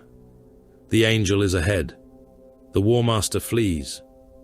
He built a path through madness, one command at a time. Colonel Merrick Dane saw the limits of that control in the shrine plaza of St. Barachiel. His command column entered behind 2 companies of infantry and found the place already taken by the Death Company. The shrine steps were black with soot. Statues lay toppled across the square. Several traitor militia squads had been pinned against the western arcade by bolter fire, and realizing there was no route left, had thrown down their weapons. Some were wounded. One had lost an arm beneath the elbow and held the remaining hand above his head. Another had removed his helmet and was shouting toward the approaching Astartes. "We yield! Emperor's mercy! We yield!" The nearest Death Company warrior did not slow. The militia officer backed away. His men raised empty hands. The warrior fired his bolt pistol. The first shell entered the officer beneath the collarbone and detonated in the upper chest, bursting the man's ribcage open and throwing blood across the men behind him. Another shot struck a kneeling soldier in the abdomen and tore his lower body apart. A third man tried to run. A chainsword caught him between shoulder and neck and dragged down through the torso until the blade jammed against the pelvis. The lost did not jeer. They did not laugh. They did not pause to savor fear. They killed the surrendered men with the same brutal speed they used against armed enemies because, inside the black rage, surrender had never occurred. Raised hands became the gestures of traitors, feigning weakness. Pleas became taunts. Every face belonged to someone complicit in the murder of Sanguinius. Dain watched from behind the armor glass of his chimera. "Stop them," one of his officers whispered. Dain did not answer. There was no one present who could stop them, except another space marine.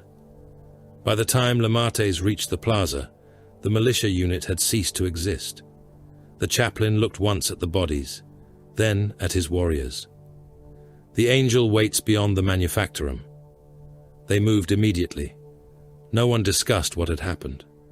That absence of cruelty was more horrifying than cruelty itself. The Death Company did not torture. They did not linger over corpses or carve trophies. From terrified prisoners, they simply denied the existence of restraint. Violence began at the first perception of the enemy and ended only when nothing remained capable of resisting. The difference between a man firing a laser gun and a man begging for his life existed only in the present, and the lost no longer fully inhabited the present. Aemon found his true enemy in the Hall of Assemblies, a cavernous manufactorum nave where cranes hung above rows of abandoned machine presses. The Chaos Space Marine waiting for him wore black and brass plate marked by kill script and old scars. He carried a power axe in both hands. His helm was horned, but unlike the cult troops around him, he did not shout or posture. He saw Aemon and recognized what stood before him. "So," the traitor said through his vox grill, "another angel gone rabid." Aemon heard a different voice. He saw a warrior beneath the War Master's banners. The Hall of Assemblies became a corridor aboard the vengeful spirit. Aemon attacked. His first cut was technically perfect. Chainsword low, bolt pistol high, closing inside the reach of the axe while firing for the helm. The traitor turned his head. The bolt detonated against the side of the helmet and stripped away one horn. The axe came down. Aemon pivoted. The blade missed his shoulder by centimeters and buried itself in the manufactorum floor. Aemon struck at the elbow joint. Teeth screamed across ceramite. The traitor kicked him in the chest hard enough to throw him backward into a press housing. Aemon rose instantly. The champion laughed. "You still know how to fight." Aemon charged again. For the first exchanges, centuries of embedded training guided him. He cut angles, tested guard, forced the traitor to overcommit. Then the hallucination deepened. He saw Sanguinius fall. Something inside him broke. Technique became hunger for proximity. He accepted the next axe strike. The power field bit into his left pauldron and tore through armor into muscle. Warning sigils flared red. Aemon ignored them. The wound placed him inside the traitor's reach. He drove his chainsword against the champion's abdomen. Teeth ripped through outer plating and caught in the lower ribs. The traitor struck him with a gauntleted fist. Aemon's helm snapped sideways. Bone fractured in his cheek. He drove forward again. The champion pulled free and reversed the axe. The blade entered Aemon's side. He trapped the weapon beneath his arm. The traitor realized too late that Aemon had allowed it. Aemon fired his bolt pistol into the champion's chest at point-blank range. Once, twice, 3 times. The first bolt cratered the breastplate. The second punched through. The third detonated inside the chest cavity. The traitor staggered. Aemon discarded the pistol. He seized the power axe haft with his free hand, dragged himself farther onto the blade until blood flooded his armor seals, and pulled the champion toward him. For the angel. He drove his chainsword up beneath the traitor's gorget. The teeth entered throat, spine, and skull. Black blood sprayed across Aemon's visor. The champion convulsed. Aemon kept the weapon running until the head separated. Then he tore the axe from his own side. He should have fallen. He did not.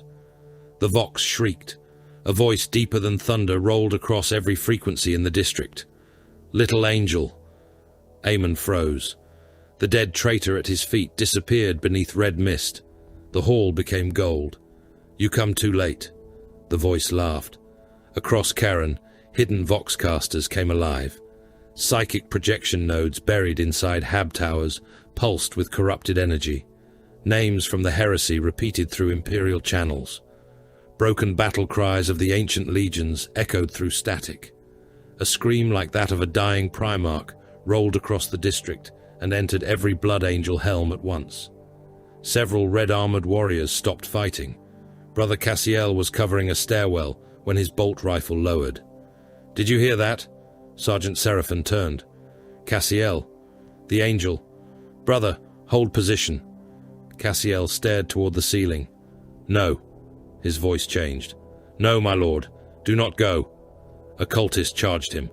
Cassiel killed the man without looking, crushing his skull with the butt of his rifle. Then he dropped the weapon. "I have to reach him." Seraphon seized his shoulder. "Cassiel, look at me." Cassiel turned.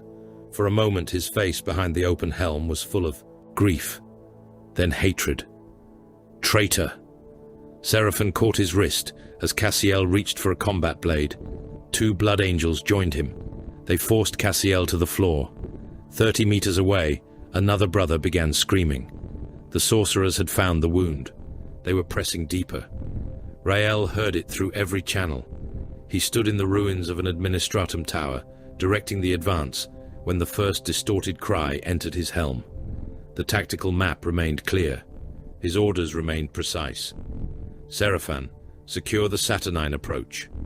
Silence. Then his lieutenant answered. "Captain?" Rael frowned. "The Saturnine approach. Eastern Transit Spine. Hold it." "The Eastern Transit Spine is designated Karen 12. Rael stared at the hololith. For one heartbeat the markings were wrong. He saw the palace, He saw towers burning under a red sky. "That is what I said." Seraphon did not respond immediately. Rael looked toward him. His lieutenant was watching him, not as an officer watches a commander, as a brother watches someone standing too near an edge. Something hot moved behind Rael's ribs. "Do you question me?" "No, Captain." The answer came too quickly. Rael's hand tightened around the hilt of his chainsword. He realized what he was doing. He let go. The shame that followed was colder than fear.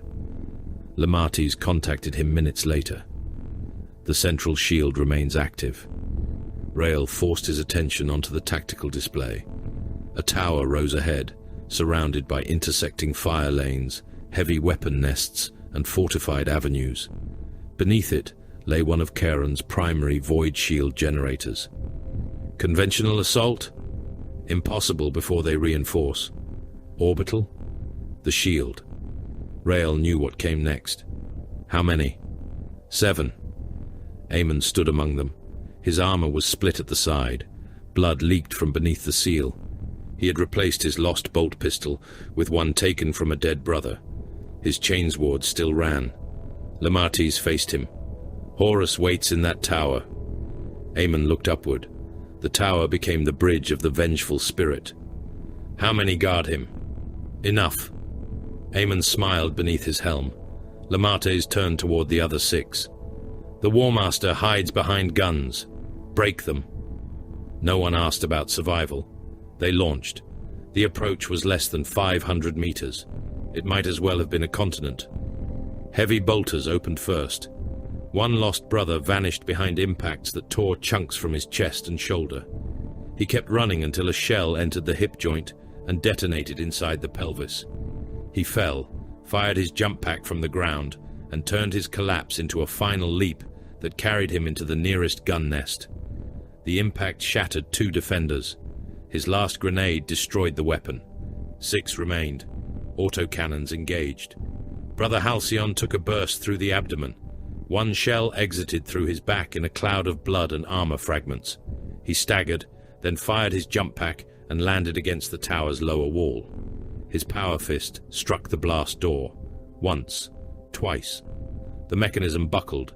A Lascannon hit him through the upper torso. For a moment he remained standing with smoke pouring from the hole.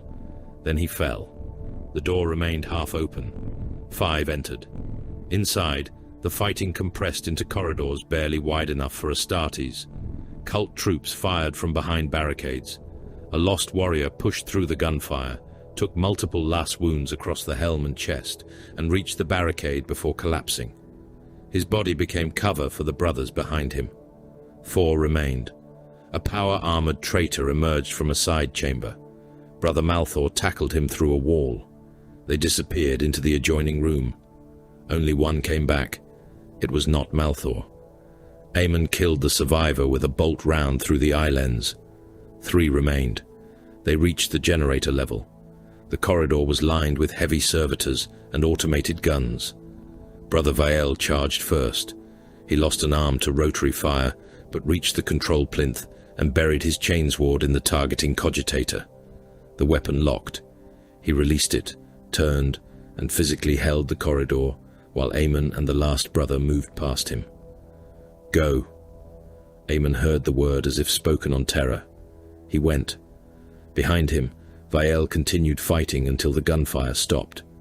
2 remained. The generator chamber opened beneath them like the nave of a cathedral.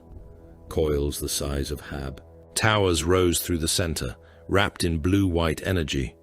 Warning glyphs crawled across control stations. Tech adepts corrupted by the Black Legion fled toward emergency exits. Aemon fired his pistol. 1 died. The other vanished behind machinery.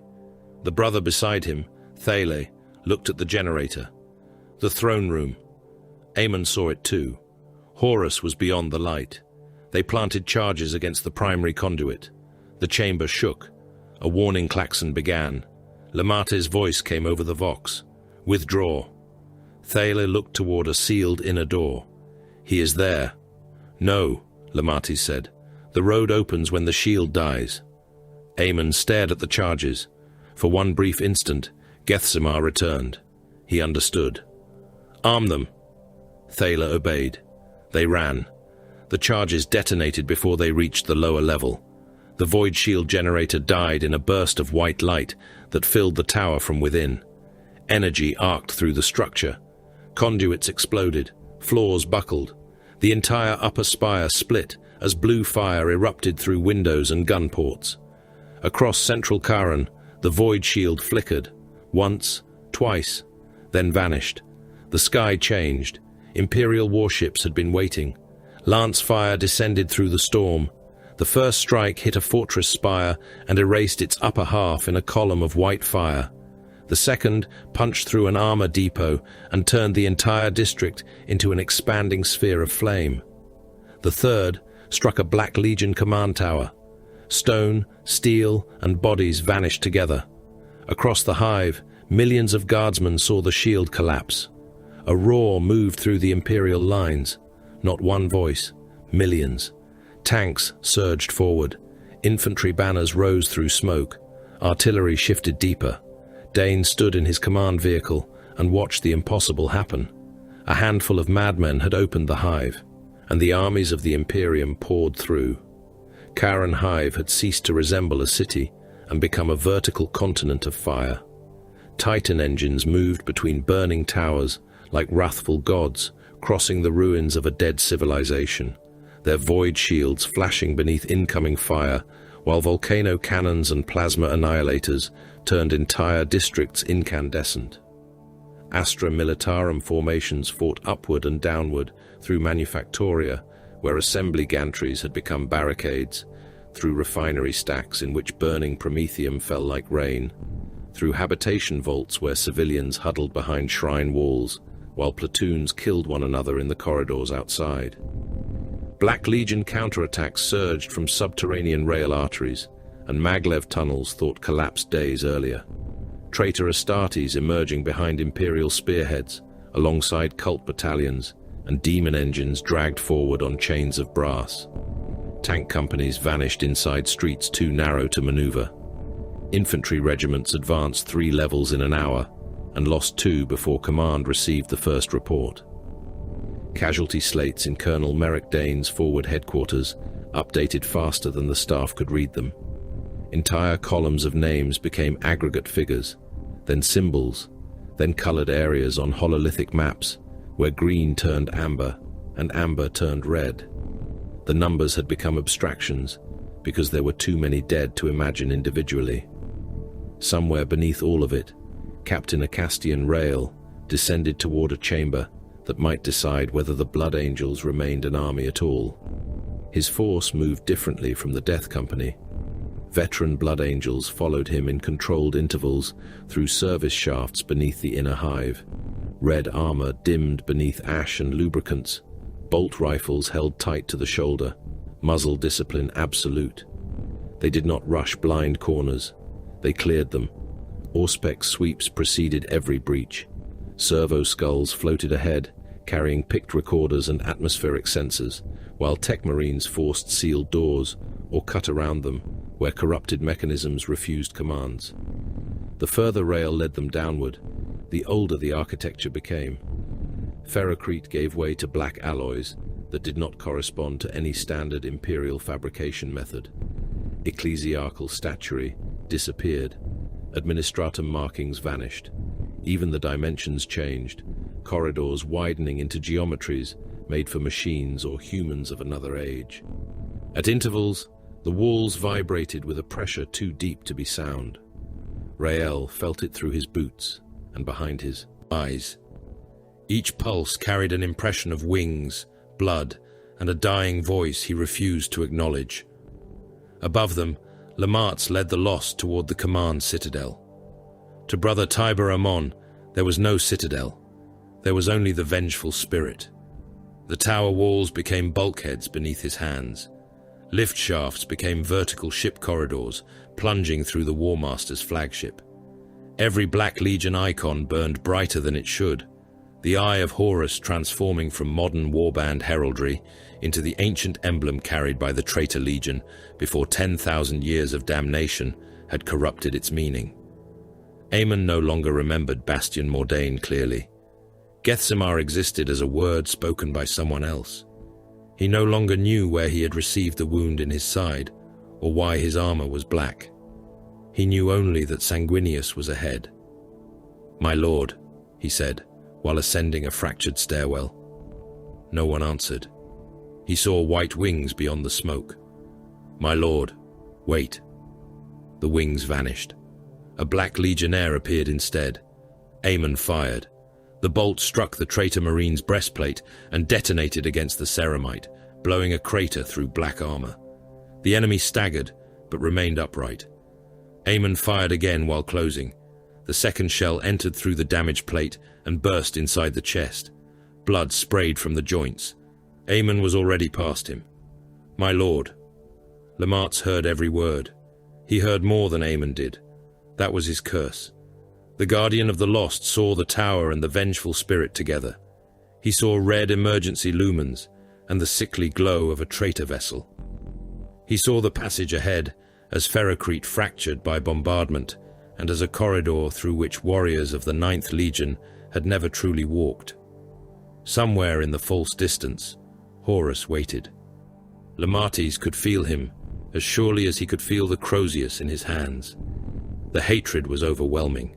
He mastered it, not by denying it. Denial had failed long ago. He survived by building a bridge narrow enough to cross one step at a time. The wall was Charon. The wall was the ship. The warriors behind him were Death Company. The warriors behind him were Sons of the Legion. Both were true enough to use. "Third landing," Lamartz voxed. Aemon looked toward him. Warmaster's guard above. That was true in both worlds. The Lost accelerated. Every order cost Lamartys something. His breathing became harsher. His grip tightened around the Crozius until servos strained beneath the gauntlet. Twice he turned toward shadows where nothing moved. Once his helm tracked a figure only he could see standing upon a collapsed gantry. Sanguinius. The vision vanished. Lamartys continued upward. The Black Legion counterattack struck at the 73rd level. Terminators came first. They emerged from a transit arch in a wall of black cataphractii and Indomitus plate, veterans carrying combi bolters, chain fists and power axes, their armor thick enough to survive weapons that would tear ordinary Astartes apart. Behind them came possessed warriors whose bodies had become prisons for things born in the warp. One dragged claws long enough to score sparks from the floor. Another had split open along the chest, ribs warped outward around a second mouth that chanted in a language no human throat should have formed. The corridor became too small for firearms to matter cleanly. Combi bolters fired. A Death Company brother took 3 detonations across the chest and disappeared backward through a railing. Another reached the Terminator line. His chainsword struck layered plate and screamed without penetrating. The Terminator answered with a power axe. The blade removed the lost warrior's arm at the shoulder. The Blood Angel did not fall back. He drove his helmet into the Terminator's faceplate hard enough to crack both lenses, seized the power axe haft with his remaining hand, and fired his jump pack. Indoors. The turbines ignited with a deafening roar. Both warriors were hurled sideways into the wall. Ferrocrete burst around them. The Terminator's armor took the impact. The Death Company Marine's spine did not. He died pinning the enemy beneath him. Aemon jumped over both bodies. A possessed warrior met him. Its fist had become a knot of bone and claw. It struck Aemon hard enough to break 2 ribs beneath his armor. Aemon responded with a chainsword thrust into the thing's open chest. Teeth entered flesh. The second mouth screamed. Something black sprayed across Aemon's armor and began smoking against the ceramite. The possessed caught the chainsword blade and snapped it halfway down. Aemon released the weapon. He drew the power axe taken from the champion below. He buried it in the creature's neck. The demon shrieked through both mouths. Aemon pushed the blade deeper until vertebrae split. "Where is he?" Aemon shouted. The creature died. Aemon kicked it away. "Horus!" The answer came from the Terminators. They advanced. What followed was not mindless. That was the horror of it. The Death Company retained centuries of combat experience beneath the Black Rage. Hans remembered what minds no longer named. A warrior with a shattered forearm shifted grip automatically and fought one-handed. Another used a fallen Terminator's corpse as partial cover from bolter fire before vaulting it to attack. Brother Thale seized a dropped chain fist, activated it without looking, and drove it beneath a Terminator's arm where the armor was weakest. The teeth chewed through cabling, ceramite, and bone. The enemy turned and fired point-blank into Thale's abdomen. The bolts detonated inside him. He still finished the cut. Jump packs fired inside stairwells. Black-armored bodies became missiles. One Death Company Marine struck a Terminator from above and drove both of them through the floor into the level beneath.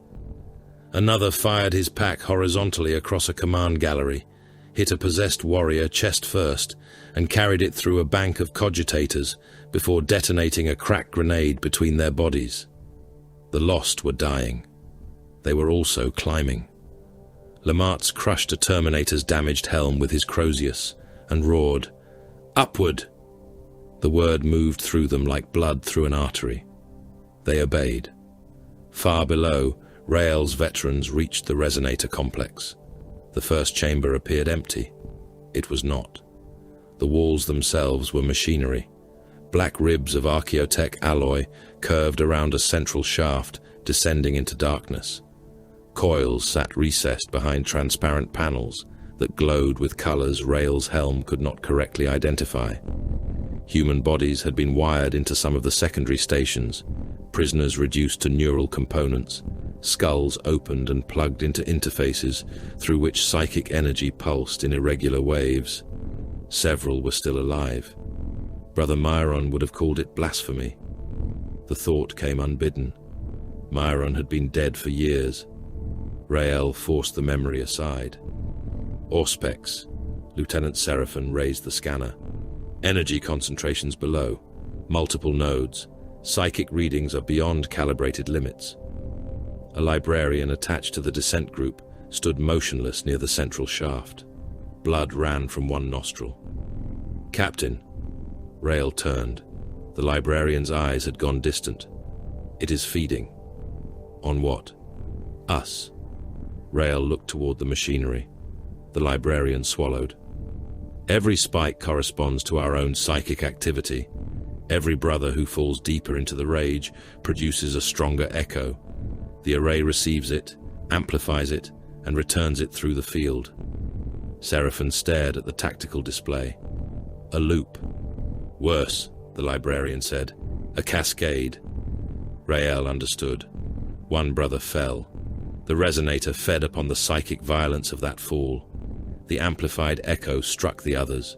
More brothers weakened. More fell. The field grew stronger. A curse that had survived 10,000 years inside blood and gene seed had been turned into fuel. If the cycle continues, the librarian looked toward him. "We may lose every blood angel within range." Rael's voice hardened. "Then we destroy it now." A slow clap echoed through the chamber. No one had entered. Every bolt weapon rose. The sound came again through the vox. Then a voice. "Captain Acastian Rael." The tactical displays flickered. Static crawled across the chamber. Rael recognized the voice despite never having heard it face to face. Varric Kell. "You have come very far." Rael cut the external channel. The voice continued. "Did you think closing a frequency would silence me?" The resonator pulsed. "Horus." Rael's vision flashed red. "Trace the transmission." Tech Marines worked. Kell laughed. "You wrap yourselves in art and ritual. You polish your armor. You recite poetry. You pretend your bloodline is noble." Rael clenched his teeth. "Horus." The word came from the walls. "Now." Kell continued. "Yet beneath the gold and scarlet, what are you?" "Ignore him," Seraphin said. Rael stared into the central shaft. "You slaughter surrendering men. You chain your own brothers. You unleash them because their madness is useful. Horus." The pulse grew stronger. "How different are you from the things you call traitor?" Rael's hand moved toward his helmet seals. He wanted the voice gone. He knew removing the helm would do nothing. Kel's laughter entered his skull. Horus killed him. The chamber changed, not gradually, completely. Black alloy became the interior of the vengeful spirit. The dead prisoners vanished. The machinery vanished. Rael stood aboard the War Master's flagship. His veterans wore ancient red plate. Seraphon stood beside him in the armor of a legionary from the Great Crusade. Rael's breath stopped. No. "Captain," Seraphon said. Rael looked at him. The face became someone else's, a warrior he had never met, a brother dead 10,000 years. "Where is the angel?" Seraphon's weapon lowered slightly. "Captain, where is he?" "Rael." The use of his name felt like treachery. Rael turned toward the shaft. He saw a corridor. At its end stood darkness. Horus waited there. The objective changed inside him. The machinery no longer mattered. The resonator no longer mattered. There was only the murderer. Rael drew his chainsword. Seraphon stepped forward. "Captain, hold." Rael struck him, not with the blade, with his shoulder. The blow threw Seraphon into the wall. The veterans shouted. Rael ran. "Captain!" He entered the lower passage at full speed. Brother Adras tried to block him.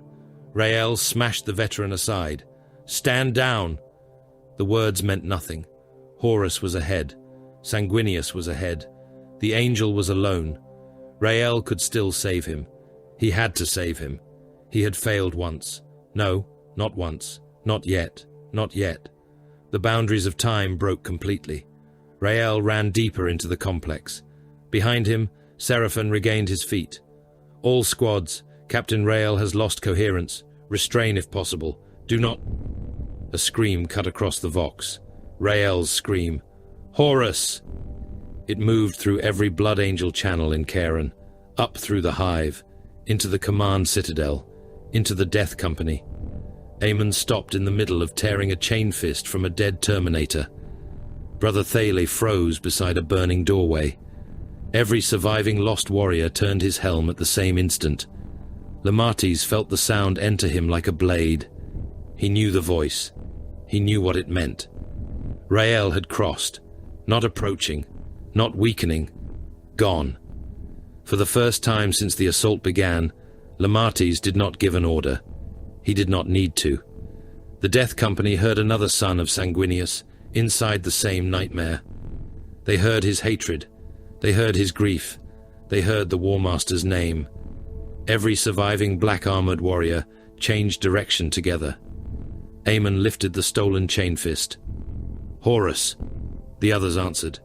"Horus!" Lamates watched them turn away from the command citadel and toward the levels below. Not because he had commanded them, because somewhere beneath Karen Hive, Captain Acastian Rael was no longer leading the Blood Angels. He was calling the lost to him. Captain Acastian Rael still wore red. There had been no chamber of mourning, no chaplain's examination, no armorers waiting with black pigment and brushes, no red saltires painted across the heraldry of a life already declared dead. His artificer plate remained the color of arterial blood beneath the grime of Karen Hive, its golden-winged insignia scarred by shrapnel and ash. To every tactical auspex in the lower levels, he still registered as commanding officer of the Blood Angels assault force. His ident runes still possessed authority over sealed doors, ammunition stores, vehicle channels, and command frequencies. His voice still carried a captain's priority across the Vox. None of those things meant anything to the man inside the armor. Rael ran through the buried complex, with his chainsword roaring in one hand and his bolt pistol in the other, shouting orders to warriors who had died decades before and naming every enemy he saw a son of Horus. "Orfeo, take the left passage," he commanded, as he crossed an intersection filled with corpses. Brother Orfeo had been dead for 86 years. "Sestian with me. They flee toward the bridge." There was no bridge. There was only a descending industrial causeway lined with black alloy ribs and corrupted machinery. A Black Legion sergeant appeared at the far end and fired. Rael moved before the weapon completed its burst, not because madness had made him faster, but because centuries of war had already taught his body what the angle of the enemy's shoulders meant. The first bolt missed his helm by a hand's breadth. The second struck his pauldron and exploded against the artificer plate. Rael used the impact to turn rather than resist it. His bolt pistol fired twice. One shell burst against the traitor's breastplate. The other entered through the gorget as the sergeant adjusted his stance. The detonation tore out the back of the helmet in a spray of blood and black fragments. 2 cult soldiers rose behind a barricade. Rael threw his empty pistol instead of wasting time reloading. The weapon struck one in the face hard enough to break the skull. He vaulted the barricade, chainsword passing through the second man's shoulder and down into the chest. The motor howled as monomolecular teeth struck ribs. Rael kicked the body away before the blade could bind and ran on. Lieutenant Seraphan followed with the surviving veterans and understood with growing horror that the captain was still reading the battlefield correctly. "He is lost," Brother Adrast said over the squad channel. "I know." "Then why does he keep finding their command elements?" Seraphan had no answer. Rael cut through another transit junction and ignored a squad of cultists firing from an elevated gantry. Instead, he turned abruptly into a maintenance aperture, barely large enough for power armor. The veterans followed. Seconds later, heavy weapons fire ripped through the junction they would otherwise have occupied, autocannon shells tearing the barricades apart. "He saw the ambush," Adrast said. Rael emerged behind the firing position. He killed the gunner with his chainsword, drove a boot through the chest of the loader, and seized the autocannon by its mounting. The weapon's tripod tore from the floor. He turned it manually toward a Black Legion officer, directing troops farther down the corridor, and fired until the ammunition feed emptied. The traitor Marine disappeared behind repeated impacts, black plate breaking apart beneath solid shot fire. Madness had not taken Rael's skill. That was the true terror of the Black Rage in a senior warrior. A recruit lost to the curse became a transhuman killer stripped of fear. A veteran became something worse. Experience did not vanish simply because identity did. The hands still remembered. The eyes still judged distance. The mind still recognized patterns, even while naming them incorrectly. Rael had commanded wars, broken sieges, coordinated void support, and read enemy intent across battlefields, stretching for hundreds of kilometers. All of that remained inside him, but caution no longer governed its use. He did not conserve ammunition. He did not preserve himself. He did not pause to protect command continuity, or weigh whether an objective justified the casualties required to take it. Every tactical instinct served one hallucinated purpose: reach Horus. Seraphan received 3 separate orders to restrain the captain. He ignored all 3. The first came from a sanguinary priest in the rear command net. The second came from a company officer who had assumed partial control of the assault axis. The third was relayed through Astarath's authority. Seraphan looked at the tactical map. Rael was driving directly toward the resonator's core. "Lieutenant," Adrast asked, "if we attempt restraint here, we fight him." "Yes." "And if we fight him, we halt." "Yes." The complex trembled. Somewhere above them, Titan fire shook Karen's foundations. Seraphan watched Rael's ident rune move deeper. "Then we follow." Adrast was silent. "The captain is gone," Seraphan said. "The objective is not." It was an obscene inversion of command. The Black Rage had taken the commander, yet the direction of his madness remained operationally correct. Stopping him could save the man for minutes and condemn the chapter force. Allowing him to continue meant accepting that a hallucination now determined their advance. Rael reached a vault where 3 Black Legion squads had established a crossfire around an armored blast gate. He did not slow. "Horus hides beyond them." He fired his jump. "Pack!" The veterans shouted warnings. The ceiling was too low. The turbines ignited anyway. Rael became a red-armored projectile. He crossed the killing ground faster than the traitors could traverse their weapons. Bolt fire struck him in flight. One shell detonated against his greave. Another scarred his breastplate. He hit the nearest Black Legionnaire shoulder first and drove both of them into the blast gate. Ceramite cracked. Rael rose first. His chainsword entered beneath the traitor's arm and climbed through the torso. He tore it free, pivoted beneath a power sword, and slammed his forehead into the enemy's helm. The impact staggered both warriors. Rael recovered first, because he did not care whether his skull had fractured. Then a crozier smashed into the power sword wielder from the side. The traitor's breastplate caved inward. Chaplain Lamartez stood there. Behind him came the Death Company. Fewer now, much fewer. Their black armor was scored, punctured, and crusted with dried blood. Several carried weapons taken from the dead. One wore a Black Legion chain fist over an arm whose original gauntlet had been destroyed. Another had secured a broken power axe to his wrist with lengths of cabling. Brother Tiber Ammon walked among them with his left side dark from leaking blood and the stolen chain fist humming at his hand. Rael looked at Lamartez. For an instant, there was something like recognition. Chaplain. Lamartez knew better than to answer, as though they stood in Karen. The War Master is below. Rael's entire posture changed. Where? Beyond the lower vaults. You have seen him? I know his road. Lamartz pointed toward the blast gate. Rael turned. The nightmare had been given shape. Then open it. The Death Company moved toward the door. That was how the lost were made useful. Not by curing them. Not by persuading them that terror had not burned for 10,000 years. Lamartez did not ask Rael to remember his rank, his company, or the planet beneath his feet. Such things had become fragile beside the certainty of Sanguinius's death.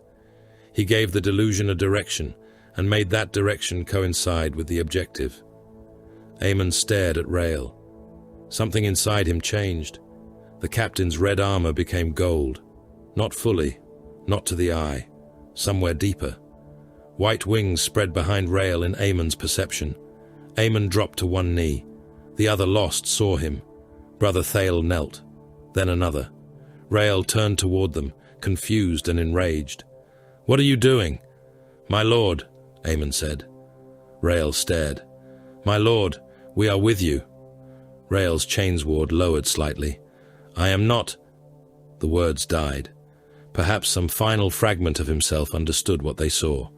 Perhaps none did. Lamartez watched from behind the skull helm and said nothing. The surviving Death Company rose around Rael.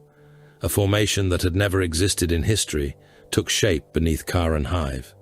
Black-armored sons of Sanguinius, rallying around a red-armored captain they believed to be their Primarch, all of them reenacting fragments of a final battle none had witnessed and none could escape. The blast gate opened. Hell waited beyond it. The Black Legion had turned the lower resonator approaches into a fortress inside a fortress. Traitor Astartes formed disciplined firing lines behind waist-high armored barriers. Mortal cult troops filled side corridors by the hundreds, bodies packed so tightly that rear ranks fired over the shoulders of those ahead. Automated defense guns tracked every movement from recessed ceiling mounts. Corrupted servitors stood chained to weapon platforms, flesh grafted directly into heavy bolter housings. At the far end of the first industrial vault, a demon engine crouched across the passage, its plated limbs braced against support columns, and its maw dripping something that steamed upon the floor. Rael saw the vengeful spirit. "Horus!" he charged. The Death Company followed. The firing line opened. Bolt shells crossed the vault in a storm. Brother Thale took the first impacts. One shell burst against his chest. Another entered the damaged joint beneath his arm and detonated inside the torso. He stumbled but continued. A third struck his helm and removed most of his head. He fell without reaching the enemy. Two lost brothers jumped over him. One vanished beneath an automated Lascanon discharge, armor and flesh flashing into incandescent vapor. The other reached the barricade. His chainsword struck a black legionnaire across the helm. The teeth failed to penetrate fully. He abandoned the weapon, seized the traitor with both hands, and fired his jump pack. The two Astartes smashed through the barricade and into the firing line behind it. The Death Company flooded through the gap. Aemon reached the demon engine. It swung a claw large enough to tear a chimera open. The blow caught Brother Vial instead. Black ceramite split. Vial's body folded around the claw. The engine lifted him. Vial was still alive. He drove a grenade into a gap between its armor plates and closed his fist around the pin. The explosion tore him apart. It also opened the demon engine's flank. Aemon fired his jump pack. He struck the exposed machinery chain fist first. The weapon activated inside the wound. Rotating teeth bit through armor, cabling, and wet internal tissue. The demon engine screamed with a voice that contained both machine distortion and human agony. It tried to throw him off. Aemon locked his legs around a support strut and drove deeper. "Bleed," he snarled. He saw Horus's war beast dying beneath Terra's walls. "Bleed for the angel." A second lost brother climbed onto the machine and hacked at its neck with a power axe until the field-flaring blade severed a bundle of pulsing tendons. Black fluid flooded the vault. The demon engine collapsed sideways and crushed 3 cultists beneath its weight. The advance continued. Every Death Company warrior drew fire wildly disproportionate to his number. A single black-armored figure entering a gallery caused an entire cult company to turn its weapons. Another, wounded and crawling, forced 2 traitor Marines to abandon their firing position because he continued throwing grenades even after losing both legs. One brother reached an automated gun emplacement after taking so many bolter impacts that his breastplate had become a landscape of craters. He tore the weapon from its mount, killed the servitor wired into it, and used the heavy bolter against the defenders until return fire finally opened his torso from shoulder to hip. They died. Not beautifully, not invulnerably. They were vaporized, decapitated, dismembered and crushed. Demonic claws penetrated ceramite. Lascanon beams burned holes through transhuman bodies. Bolter shells found joints and weak points. The lost who had survived Mordain and the assault corridors of Kharon finally reached the limit of what gene-forged flesh could endure. Each death brought meters. Colonel Dane entered those meters an hour later. His command chimera could go no farther, so he continued on foot with a staff squad and 2 guard companies through corridors the Blood Angels had already broken. He had expected to find evidence of battle. He found evidence of impact. A destroyed traitor tank had been overturned inside an industrial chamber and split along the lower hull. 3 Black Legion corpses lay nearby, one still gripping a chain axe, another missing both arms and most of the chest. A defense post built to hold a battalion had been smashed open from the front. Automated guns hung from ceiling mounts in pieces. Cult dead filled an access tunnel so deeply that guardsmen had laid plasteel sheets over the bodies to create stable footing. Dane stopped beside a black-armored corpse. The Blood Angel had been cut nearly in half. There was nothing invincible about him now. "Colonel," an adjutant said, "forward companies report the inner corridor open." Dane looked ahead. "How many of them are left?" "No reliable count." Dane stared at the dead Astartes. He understood at last that invulnerability had never been the point. The Death Company died like anything else when enough violence was applied. The horror was the amount of war required to kill them and what they accomplished before it happened. Rael reached the resonator chamber first. It was vast enough to contain a cathedral. Ancient machinery rose in concentric rings around a central platform, black coils pulsing with psychic light. Human bodies hung from cables above the floor. Some were prisoners, some were cult adepts, others had ceased to look human at all. Energy moved between them in threads of red and gold.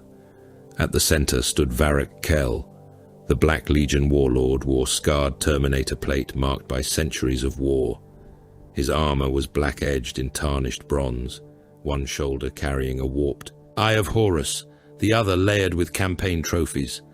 A powered blade rested in his right hand. His left gauntlet was built around an archaic emitter wired directly into the resonator controls. Rael saw none of that. He saw Horus. The arch-traitor towered beneath the impossible architecture of the vengeful spirit. His armor was the darkness into which the Imperium had fallen. The eye upon his plate burned like judgment. Rael stopped. His entire body began to shake. Kel's helm tilted. "So," Rael's chainsword revved. "You," Kel laughed. "I wondered which of you would reach me first." Sanguinius. The name came out broken. Kel understood. He spread his arms slightly. "Dead!" Rael charged. Kel met him. Power blade struck chainsword. The impact threw sparks across both realities. In Karan, a Black Legion warlord fought a Blood Angel's captain, whose mind had collapsed beneath an inherited psychic wound. On the vengeful spirit, Horus stood before a son who had come too late to save his father. Rael attacked with everything he had ever learned. Kel gave ground. The chainsword swept toward the warlord's knee. Kel blocked and struck for Rael's helm. Rael turned enough that the power blade carved across his cheek guard instead of splitting his skull. He drove a shoulder into the Terminator's chest and fired his jump pack at point-blank range. The sudden thrust forced Kel backward into a control pillar. Rael struck again. "Horus!" Kel parried. "Horus!" Another blow. The chain teeth shrieked against the power field. Behind Rael, Lemates entered the chamber with Aemon and the surviving Lost. Then Varric Kell placed his left gauntlet against the resonator control. "Listen," he said. He activated maximum output. The universe screamed. Every coil in the chamber ignited red. Rael fell to one knee. Aemon dropped his weapon. Lemates staggered as if struck by a titan. Across Karan Hive, every son of Sanguinius heard wings breaking. They heard a heartbeat stop. They heard the sound of a father dying 10,000 years ago. Blood angels in firefights froze with weapons raised. Pilots screamed inside cockpits. Apothecaries collapsed beside the wounded. Red-armored warriors clawed at their helmets as the present split open beneath them. The Death Company screamed as one, not separate voices, one voice. Above the hive, astropaths convulsed inside shielded choirs. Some collapsed bleeding from the eyes. Vox relays across thousands of kilometers, filled with static so dense that command networks failed simultaneously. Then the static became a cry. One impossible name passed through every channel. Horus. Gold. Blood. A wing struck the deck, a shadow large enough to eclipse the world. Rael could not see a face. He could not see a room. There were only fragments, each one complete enough to wound and too broken to understand. Gold plate beneath blood, white feathers burning at the edges, a blade in darkness, a roar like a god discovering grief, the stink of hot metal and opened flesh, the impossible pressure of a presence that had once commanded half the galaxy, betrayal given shape, pain beyond anything biological, beyond the tearing of muscle or breaking of bone, a pain that seemed to exist in memory before nerves could carry it. Someone fell. Someone always fell. Rael reached for him and found only blood beneath his gauntlets. Then Karan Hive existed. Black machinery towered around him. Varric Kell stood 3 strides away in scarred Terminator plate. Warning runes flooded Rael's helm. His left shoulder actuator had failed. Blood obscured half his vision. Somewhere beyond the warlord, Brother Aemon screamed. Then terror swallowed everything again. No, not terror. The vengeful spirit. Horus. The War Master raised his weapon. Rael attacked. Across the resonator chamber, the surviving Death Company ceased to resemble a formation and became a storm of black ceramite. The psychic field had driven them beyond every restraint their gene-forged bodies normally imposed upon themselves. It did not grant them greater muscles or armor thicker than before. It did not make shattered bones whole. It merely stripped away the instinct that protected what remained. Fiber bundles tore as warriors forced damaged limbs beyond servo tolerances. Secondary hearts hammered against trauma until vessels ruptured. Armor servos screamed under loads their machine spirits were never meant to sustain.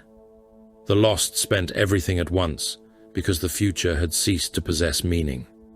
A Black Legion veteran fired a combi bolter into Brother Thale at close range.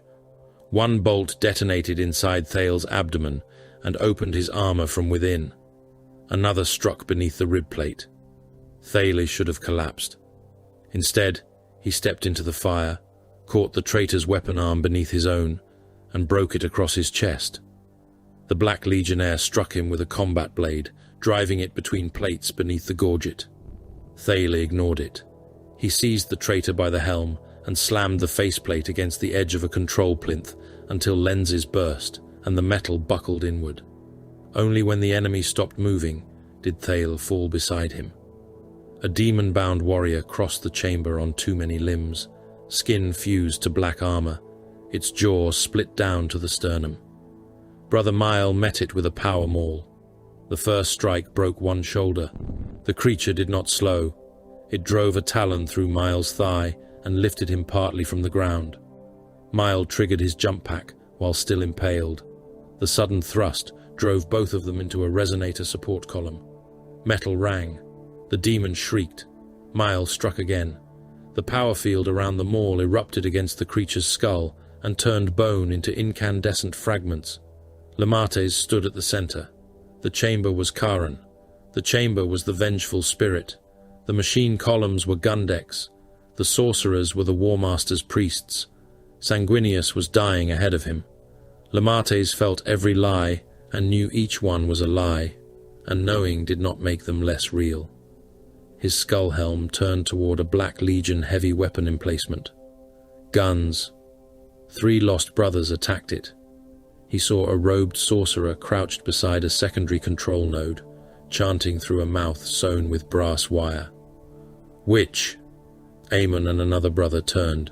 He saw a power conduit pulsing beneath translucent armor glass. Break! Brother Mile fired his jump pack. Commands became single words, because anything longer risked drowning beneath the hallucination. Lemates could feel Horus in every corner. He could hear the last moments of Sanguinius like a blade being dragged slowly through his skull. His hands wanted only to kill. His mind wanted only to run toward the shadow and strike until nothing remained. Instead, he chose targets. Guns. Witch. Conduit. Advance. The Death Company obeyed because the words fitted the nightmare. A sorcerer raised both hands, and a wall of violet fire swept across the chamber. One lost warrior vanished inside it, armor glowing cherry red, before his body collapsed into ash. Lemates walked through the edge of the flame. Warnings screamed across his helm. His Crozius hit the sorcerer across the chest. Warp-forged wards flashed. The first blow cracked them. The second collapsed the ribcage beneath. The third drove the dead sorcerer into the machinery, hard enough to bend a support rail. Forward. The Guardian of the Lost could barely remember the word after speaking it. Varric Kell understood what the resonator had done to Rail. He also understood how to use it. The warlord stood near the central platform, one hand resting against the controls that kept the array at catastrophic output. His Terminator plate had been scarred by Rail's earlier attacks, but its reinforced ceramite and adamantine layers still protected him from blows that would have pulped a mortal body outright. Horus, Kell said. Rael came at him. Kell sidestepped and brought his powered blade down. The weapon bit into Rael's shoulder. The artificer plate ruptured. The power field sheared through ceramite, fiber bundles, and flesh beneath. Rael's left arm went numb. He did not retreat. Horus! He swung his chainsword one-handed. Kell caught the weapon against his gauntlet. Chain teeth screamed across armor. Yes, Kell said. He kicked Rael in the chest. The captain struck the floor and slid through blood. "Look at me," Rael rose. "I am Horus." The words hit harder than the kick. Gold, blood, wings. Rael charged directly. Kell had expected it. He turned the charge aside and drove his powered blade beneath Rael's ribs. The captain's armor split. Blood flooded the internal layer. One of Rael's hearts convulsed. His helm filled with warning chimes. Kell leaned close. Again. Rael headbutted him. The blow cracked Rael's own faceplate. Kell barely moved. The warlord laughed. This was the weakness he had wanted. Rage without variation. Hatred so complete, it became predictable. Rael saw only Horus, and therefore attacked the way grief demanded. Directly, immediately, without patience. Kell struck him again. A cut across the thigh severed armor cabling. Rael stumbled. A backhand from the Terminator gauntlet threw him into a bank of machinery. Rael landed hard. His chainsword fell from his hand. Kell approached. "You are less than your father." The chamber vanished. Rael saw Sanguinius, not dying, standing. The image was wrong. There were no details, no remembered face, only the idea of him, impossibly bright against darkness. Rael could not remember Gethsemar. He could not remember Seraphon. He could not remember his company, his ship, his command. But he remembered something older than memory. Sanguinius had not been rage. The thought came without words. The angel had known fury. Every son of his knew that. But fury had not been all he was. There had been discipline, sacrifice, choice, the refusal to become only what violence demanded. Rael could not escape the black rage. He did not suddenly understand where he stood. Horus still approached. The vengeful spirit still surrounded him. Sanguinius was still dying. But another instinct surfaced beneath the madness. Do not give the enemy the attack he expects. Kell raised his blade. Rael did not charge. The hesitation was less than a second. It changed everything. Kell struck for the neck. Rael moved inside the arc. His damaged left arm failed to lift, so he used the broken shoulder instead, slamming into the Terminator's weapon arm, while his right hand drew the combat blade at his belt. The knife was insignificant beside Kell's powered weapon. Rael drove it into the flexible seal beneath the warlord's elbow. Kell snarled. Rael twisted. The blade broke. It did not matter. Kell's sword arm slowed. Rael seized his fallen chainsword. The duel changed. Kell no longer faced a warrior trying simply to reach him. Rael began attacking joints, balance points, and damaged armor. He still believed he fought Horus. He still roared the War Master's name. Yet buried command instinct shaped the fury. The chainsword struck Kell's left knee. The teeth skipped from Terminator plate. Rael struck the same point again. Kell punched him. Rael's helm lens shattered. Blood filled his mouth. He struck the knee a third time. The armor split. Kell staggered. Around them, the battle contracted. Black Legion veterans formed a shrinking perimeter around their warlord. Death Company warriors crashed into them with no regard for wounds. A traitor Marine drove a chain axe through Brother Karen's side. Karen trapped the weapon in his own body, seized the traitor's helm with both hands, and fired his jump pack. They hit a pillar together. Karen's neck broke. The Black Legionnaire's skull burst inside his helmet. Another lost brother took a plasma discharge through the chest and ceased to exist from the sternum upward. Lamates killed the gunner before the weapon could recharge. Aemon! Brother Tiber Aemon turned. He had become a ruin that still walked. One leg dragged behind him. His breastplate had split almost completely along one side. Blood ran down his black armor in sheets. His stolen chain fist hung useless from a forearm with broken bones visible beneath torn cabling. Half his helm had been destroyed, exposing a face swollen and grey from blood loss. He saw none of it. He saw Sanguinius, white wings ahead. My lord. The Primarch moved away. Aemon followed. A Black Legion veteran blocked the path. Aemon fired his jump pack at arm's length. He struck the warrior hard enough to carry both of them across a control station. The traitor's spine broke against the edge. Aemon rolled away and tried to stand. One leg did not respond. "My lord." Sanguinius was beyond the machinery now, waiting. The resonator's exposed power assembly rose between them. Aemon crawled. Lemates saw him. He also saw the containment housing, split open by earlier damage. Energy pulsed through the exposed conduits. The machine was feeding upon every scream in the chamber. "Aemon." The lost brother looked toward him. Lemates pointed. "The angel is there." Aemon followed the gesture.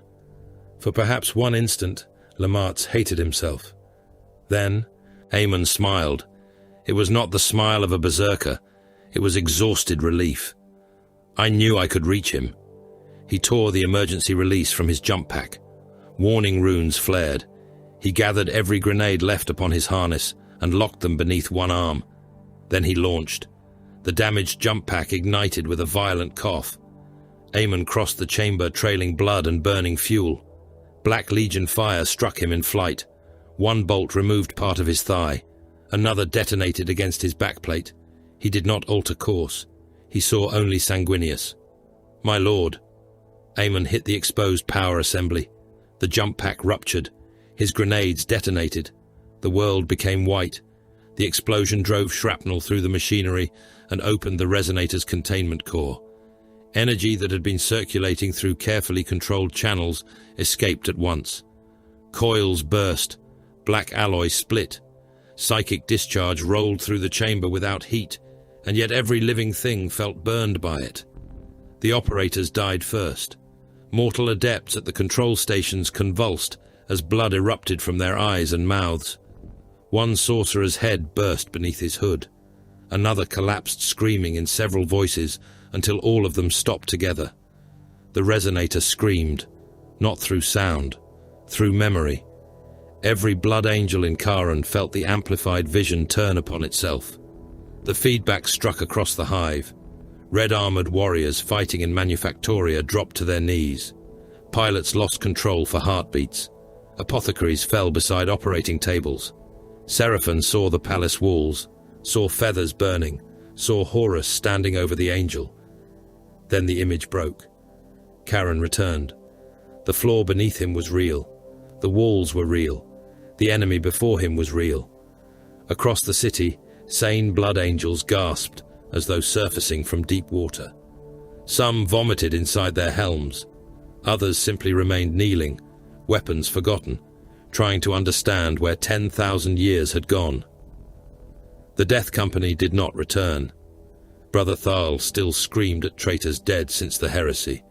Brother Mael still searched for Sanguinius. Lemates still saw the vengeful spirit beneath the collapsing chamber. The machine had not created their madness. Its destruction could not undo it. The psychic avalanche had stopped. Those already buried beneath it remained buried. Varric Kell staggered as the resonator failed. His control gauntlet erupted in sparks. Rael saw Horus recoil. This was the moment. The War Master was wounded. The angel could still be saved. Rael attacked. Kell raised his power blade. Rael struck low. The chainsword tore into the already damaged knee joint. This time the teeth went through. Kell's left leg buckled. He swung downward. Rael allowed the blade to strike his shoulder. The power field cut through the remaining plate and opened flesh to the bone. Rael stepped closer. Kell realized too late. The captain drove his chainsword upward beneath the Terminator's gorget. The teeth bit. Kell caught Rael by the throat.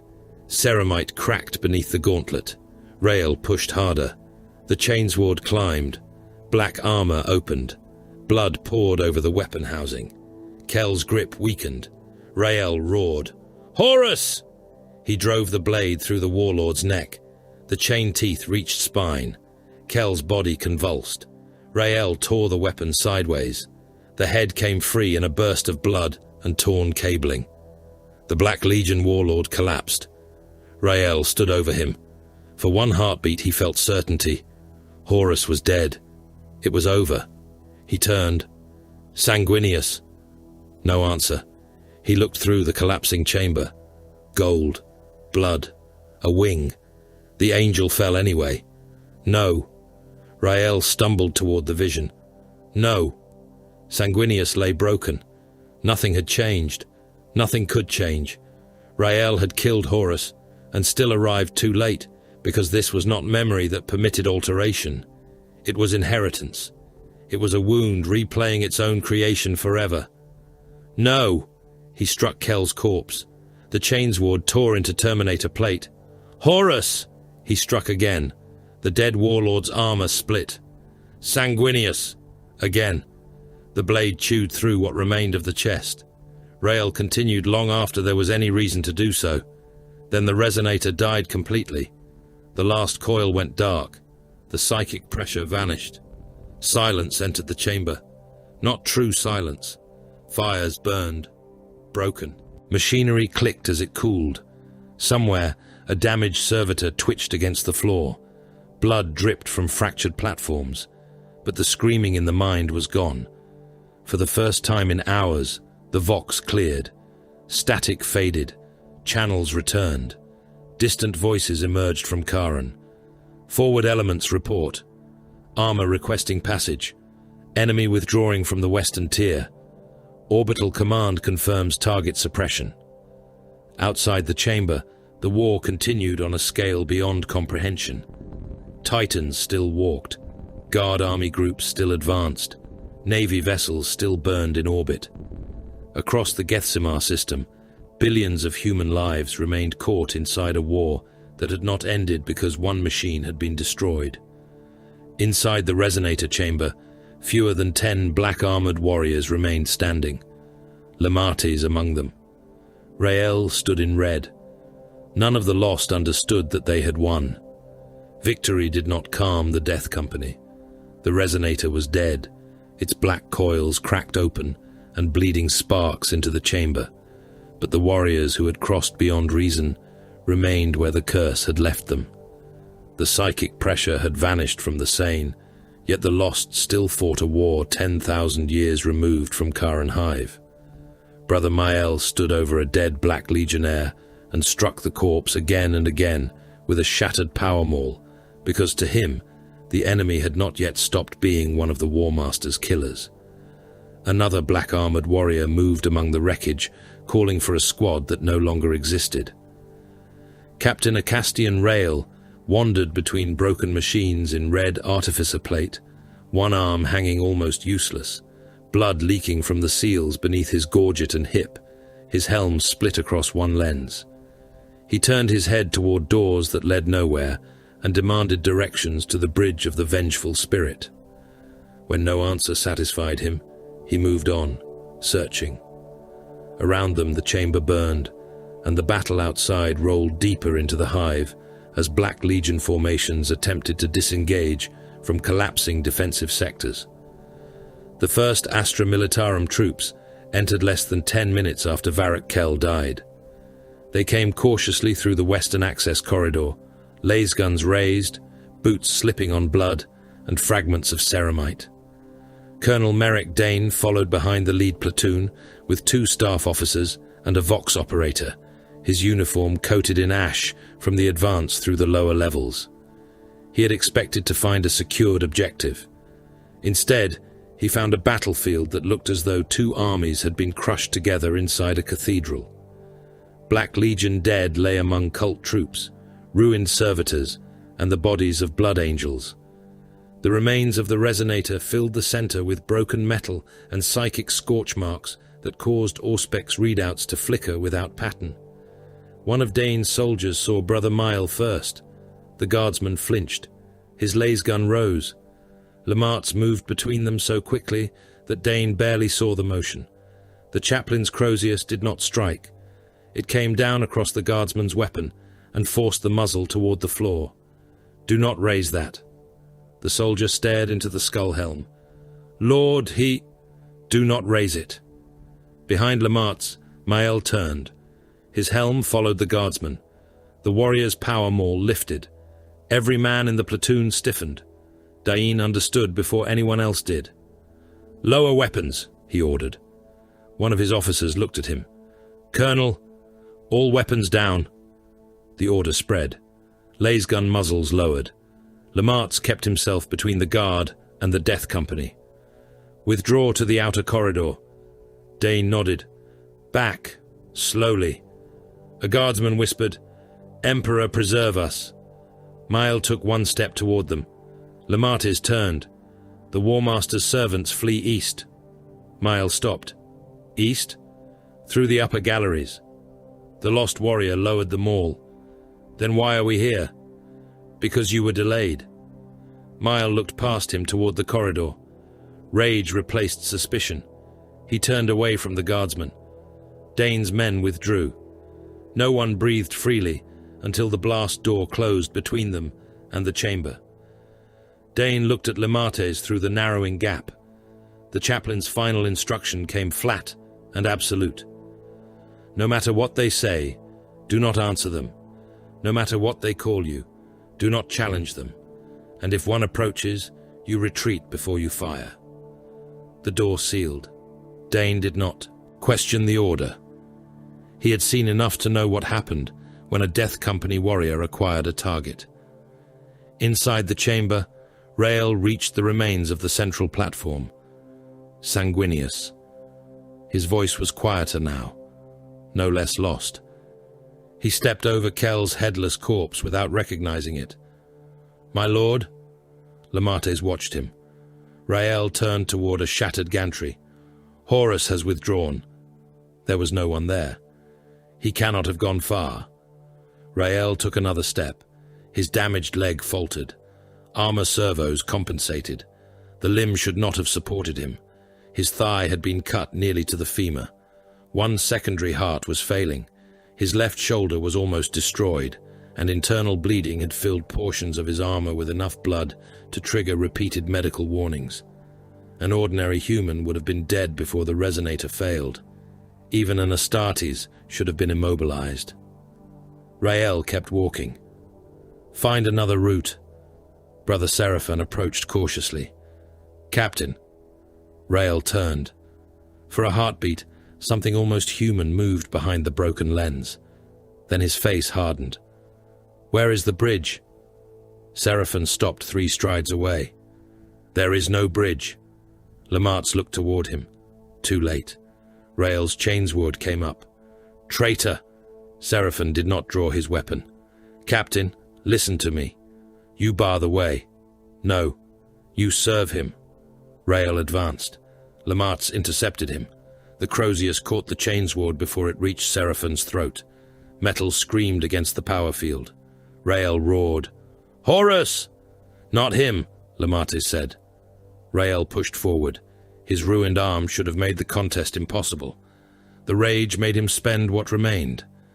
Lamartez twisted the chainsword aside and drove his shoulder into Rael's chest. The captain staggered. Seraphon moved back. Restraints. Chapter serfs had already arrived behind the inner doors carrying chains. One stepped forward. Rael saw him. The serf wore a plain red tabard. Rael saw a traitor. He lunged. Lamartez struck him. The Crozius hit Rael across the breastplate with enough force to crack decorative filigree and throw him sideways into a ruined control column. The impact dented artificer plate. Rael tried to rise. Lamartez struck again. Not the head, not the spine, the damaged leg. Rael collapsed to one knee. The chaplain moved behind him and locked one arm around the captain's throat while forcing the weapon hand downward. Chains. The serfs hesitated. Now. They obeyed. Adamantine restraints closed around Rael's wrists. He surged upward. One serf was thrown from his feet. Another nearly lost an arm before Lamartez forced the captain back down. Rael twisted with such violence that broken armor cut into his own flesh. "Release me." No one answered. "The angel needs me." Lamartez tightened the hold. Rael's voice broke. "He is alone." For the first time, Seraphon looked away. The chapter serfs locked additional restraints across Rael's chest and legs. He fought them all, not from hatred, from urgency.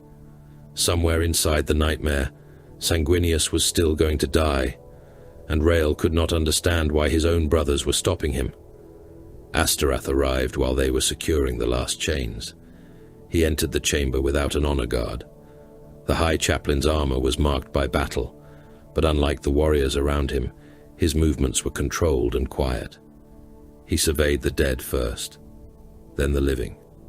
His gaze lingered upon each lost brother, not as a commander counting weapons, but as an executioner, measuring whether the condemned still had one final purpose. Lemates approached. 7 remain able to fight. Astorath looked toward Mael, then 2 other black-armored warriors standing among the wreckage. Responsive? To direct imagery, briefly. Enemy withdrawal routes? 3 corridors in the eastern tiers. Black Legion elements are attempting to reach evacuation shafts. Astorath nodded once. Use them. There was no celebration, no acknowledgement that these warriors had broken Karen, no ceremony for survival. Survival had never been the objective. Within half an hour, Thunderhawks collected the lost who could still be directed. Armorers refilled bolt magazines, replaced broken chainswords with weapons taken from dead brothers, and fitted demolition charges to harnesses already blackened by fire. No one repainted damage, no one repaired insignia. There was no future campaign for which such things mattered. Brother Mael stood at the gunship ramp. Astorath faced him. The War Master's servants flee. Mael's head rose. Where? Beyond the eastern towers. Then we are late. Not yet. The phrase changed him. Mael stepped aboard. The others followed. Lemates entered last. The ramp closed. Dain watched the Thunderhawk lift through a fractured roof section and disappear into the smoke. Where are they going? He asked. Seraphon stood beside him. To die. Dain looked toward the departing craft. Against retreating troops. Against enemies. That distinction matters. To them, only the second exists. The gunship crossed Karen, while the Imperial advance pressed inward. Black Legion units attempting to reach lower evacuation arteries found their routes suddenly attacked from above. The Thunderhawk released the Death Company at speed. Mael landed inside a retreating traitor formation. His power maul killed the first Black Legionnaire before the enemy had fully turned. Another lost warrior fired his jump pack into the side of an armored transport and tore open the rear hatch with a chain fist. A third disappeared beneath concentrated bolter fire and detonated the charges strapped to his own armor as he fell. The survivors did exactly what they had been built to do. They spent the last fragments of their lives making escape more expensive. Back beneath the resonator chamber, Rael remained chained. He had stopped fighting the restraints only because his body could no longer sustain constant effort. His breathing rasped inside the damaged helm. Astorath stood before him. Rael looked up. The skulls and blood-drop iconography of the High Chaplain's office meant nothing to him. He saw another enemy blocking the road. Move. Astorath did not. You stand between me and Horus. No answer. I said move. Astorath removed his helm. His face showed no anger, only exhaustion. The expression belonged to a warrior who had performed the same duty too many times to mistake it for righteousness. Captain Acastian Rael, Rael snarled. Do not call me that. Astorath studied him. Do you know me? You serve the traitor. Do you know your company? They wait for me. Do you know Gethsemar? Rael's eyes narrowed. The name touched nothing. There is only the ship. Astorath looked toward Lemates. The guardian of the lost gave the smallest possible nod. That was enough. Rael saw the movement. Treachery. He pulled against the chains. All of you. The restraints groaned. Seraphon stood beyond the doorway. Rael saw him. Seraphon. The lieutenant looked up sharply. For one impossible heartbeat, hope entered his face. Rael continued. Kill that traitor. The hope died. Astorath closed his eyes briefly, then opened them. Captain. Rael looked back at him. You served the angel. I serve him still. Yes. Your brothers are safe. Rael strained forward. "Not while Horus lives." Astarath's voice softened without becoming gentle. "Horus is beyond your reach." Rael roared and surged against the restraints. One chain snapped. His right arm came free. Seraphon moved instinctively. Rael struck at the nearest blood angel. Lemates caught the blow. The captain's fist hit his forearm hard enough to crack armor plating. That decided it. No further test was necessary. Rael could not distinguish brother from enemy. He could not be redirected reliably. He could no longer be used without risking the lives of those he had once commanded. Astarath stepped closer. Rael turned toward him. "Horus." The word carried pure hatred. Astarath raised his weapon. There was no pronouncement, no spectacle, no satisfaction, only office. Rael lunged as far as the chains allowed. Astarath struck once. The blow was precise. It ended the captain before rage could carry him into another attack. Rael's body went still. For several seconds no one moved. Seraphon bowed his head. Lemates stood over the dead captain. Astarath looked at the red armor. The color seemed wrong now. It had never been repainted. Rael had died wearing the heraldry of command because the curse had taken him faster than ritual could follow. Astarath spoke quietly. "The Emperor's peace." No one answered. There was nothing merciful in the manner by which the 41st millennium defined mercy. A brother was saved from becoming a permanent danger by having his life ended. Honor was preserved through execution. Compassion wore the shape of a killing blow. Yet for Rael, there had been no gentler road left. Dane learned of the captain's death several hours later. He received no full explanation. He did not need one. He had seen Rael at the beginning of the campaign, controlled, articulate, unwilling to waste lives simply to prove courage. He had watched the same warrior become something that called allies traitors and searched ruined corridors for a battle fought before Gethsemar's first foundations existed. Dane finally understood why the Blood Angels hid this. If the wider Imperium saw only the black-armored berserkers tearing surrendered men apart, it might call the chapter corrupted. If it saw only Mordain, the breach into Charon, and the destruction of the Resonator, it might call them heroes. Both judgments would be incomplete. The Death Company were weapon and wound, shame and salvation, a horror the chapter feared, and a sacrifice the Imperium needed.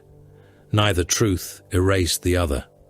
Above Charon, the strategic war changed. The orbital batteries protecting the reinforcement corridor had been destroyed or abandoned. Black Legion ships began breaking formation as Imperial Navy squadrons pressed inward from the system edge. Reinforcement fleets translated into real space behind screens of escorts and carrier groups. Troop transports followed. Billions more soldiers entered a war already fought by billions. Across Gethsemar's continents, guard army groups surged into fronts that had been starving for men, armor, and ammunition. Fresh regiments disembarked beneath fighter cover. Titan support redistributed toward industrial sectors. Logistics convoys began moving through corridors that had been death zones days earlier. Strategic communiques recorded the turning point in dry language. Coordinated Imperial action, successful reduction of Charon defensive network, restoration of orbital access, enemy command disruption.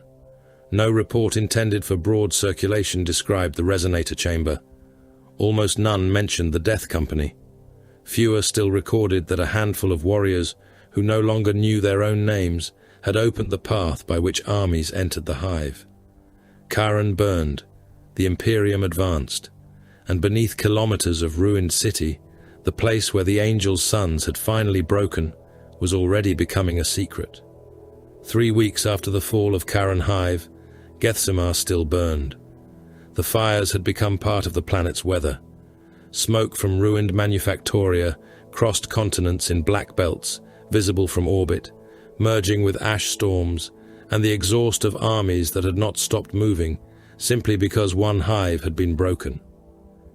On the western landmass, Astra Militarum formations advanced through refinery valleys, where the ground remained warm beneath their boots.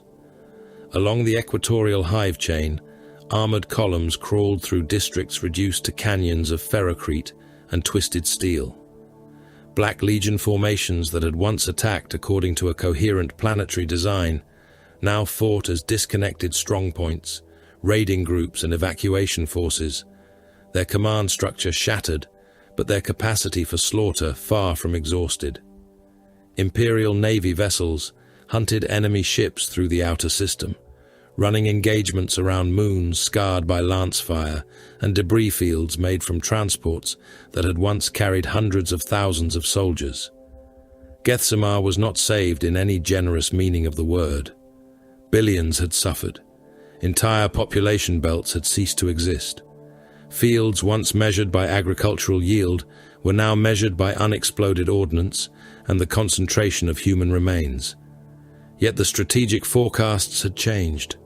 Imperial defeat was no longer inevitable. Reinforcement corridors remained open. The fleet could resupply the surface. Army groups that had once been marked for annihilation were receiving replacements. All of it could be traced backward through command decisions, ammunition expenditure, millions of deaths, and thousands of kilometers of front, until, at the narrowest point of consequence, the chain ended at a breach made by fewer warriors than some guard companies lost before breakfast. Colonel Merrick Dane walked that ground beneath a sky the color of old iron. The staging zone outside the shattered Fortress District had been rebuilt twice since the assault.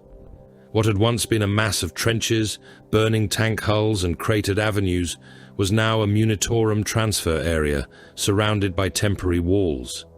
Servitors hauled ammunition pallets. Engine seers crawled over damaged chimeras. Salvage crews used cranes to stack wrecked Lehman Russ hulls in rows, separating those that might fight again from those useful only as metal. There were so many ruined vehicles that the stacks resembled fortifications. Human dead had been removed where possible, but removal had become an industry of its own. Identification teams worked through mountains of tags, broken equipment, and partial remains. Bodies without names were assigned to mass pyres or sealed ossuary transports.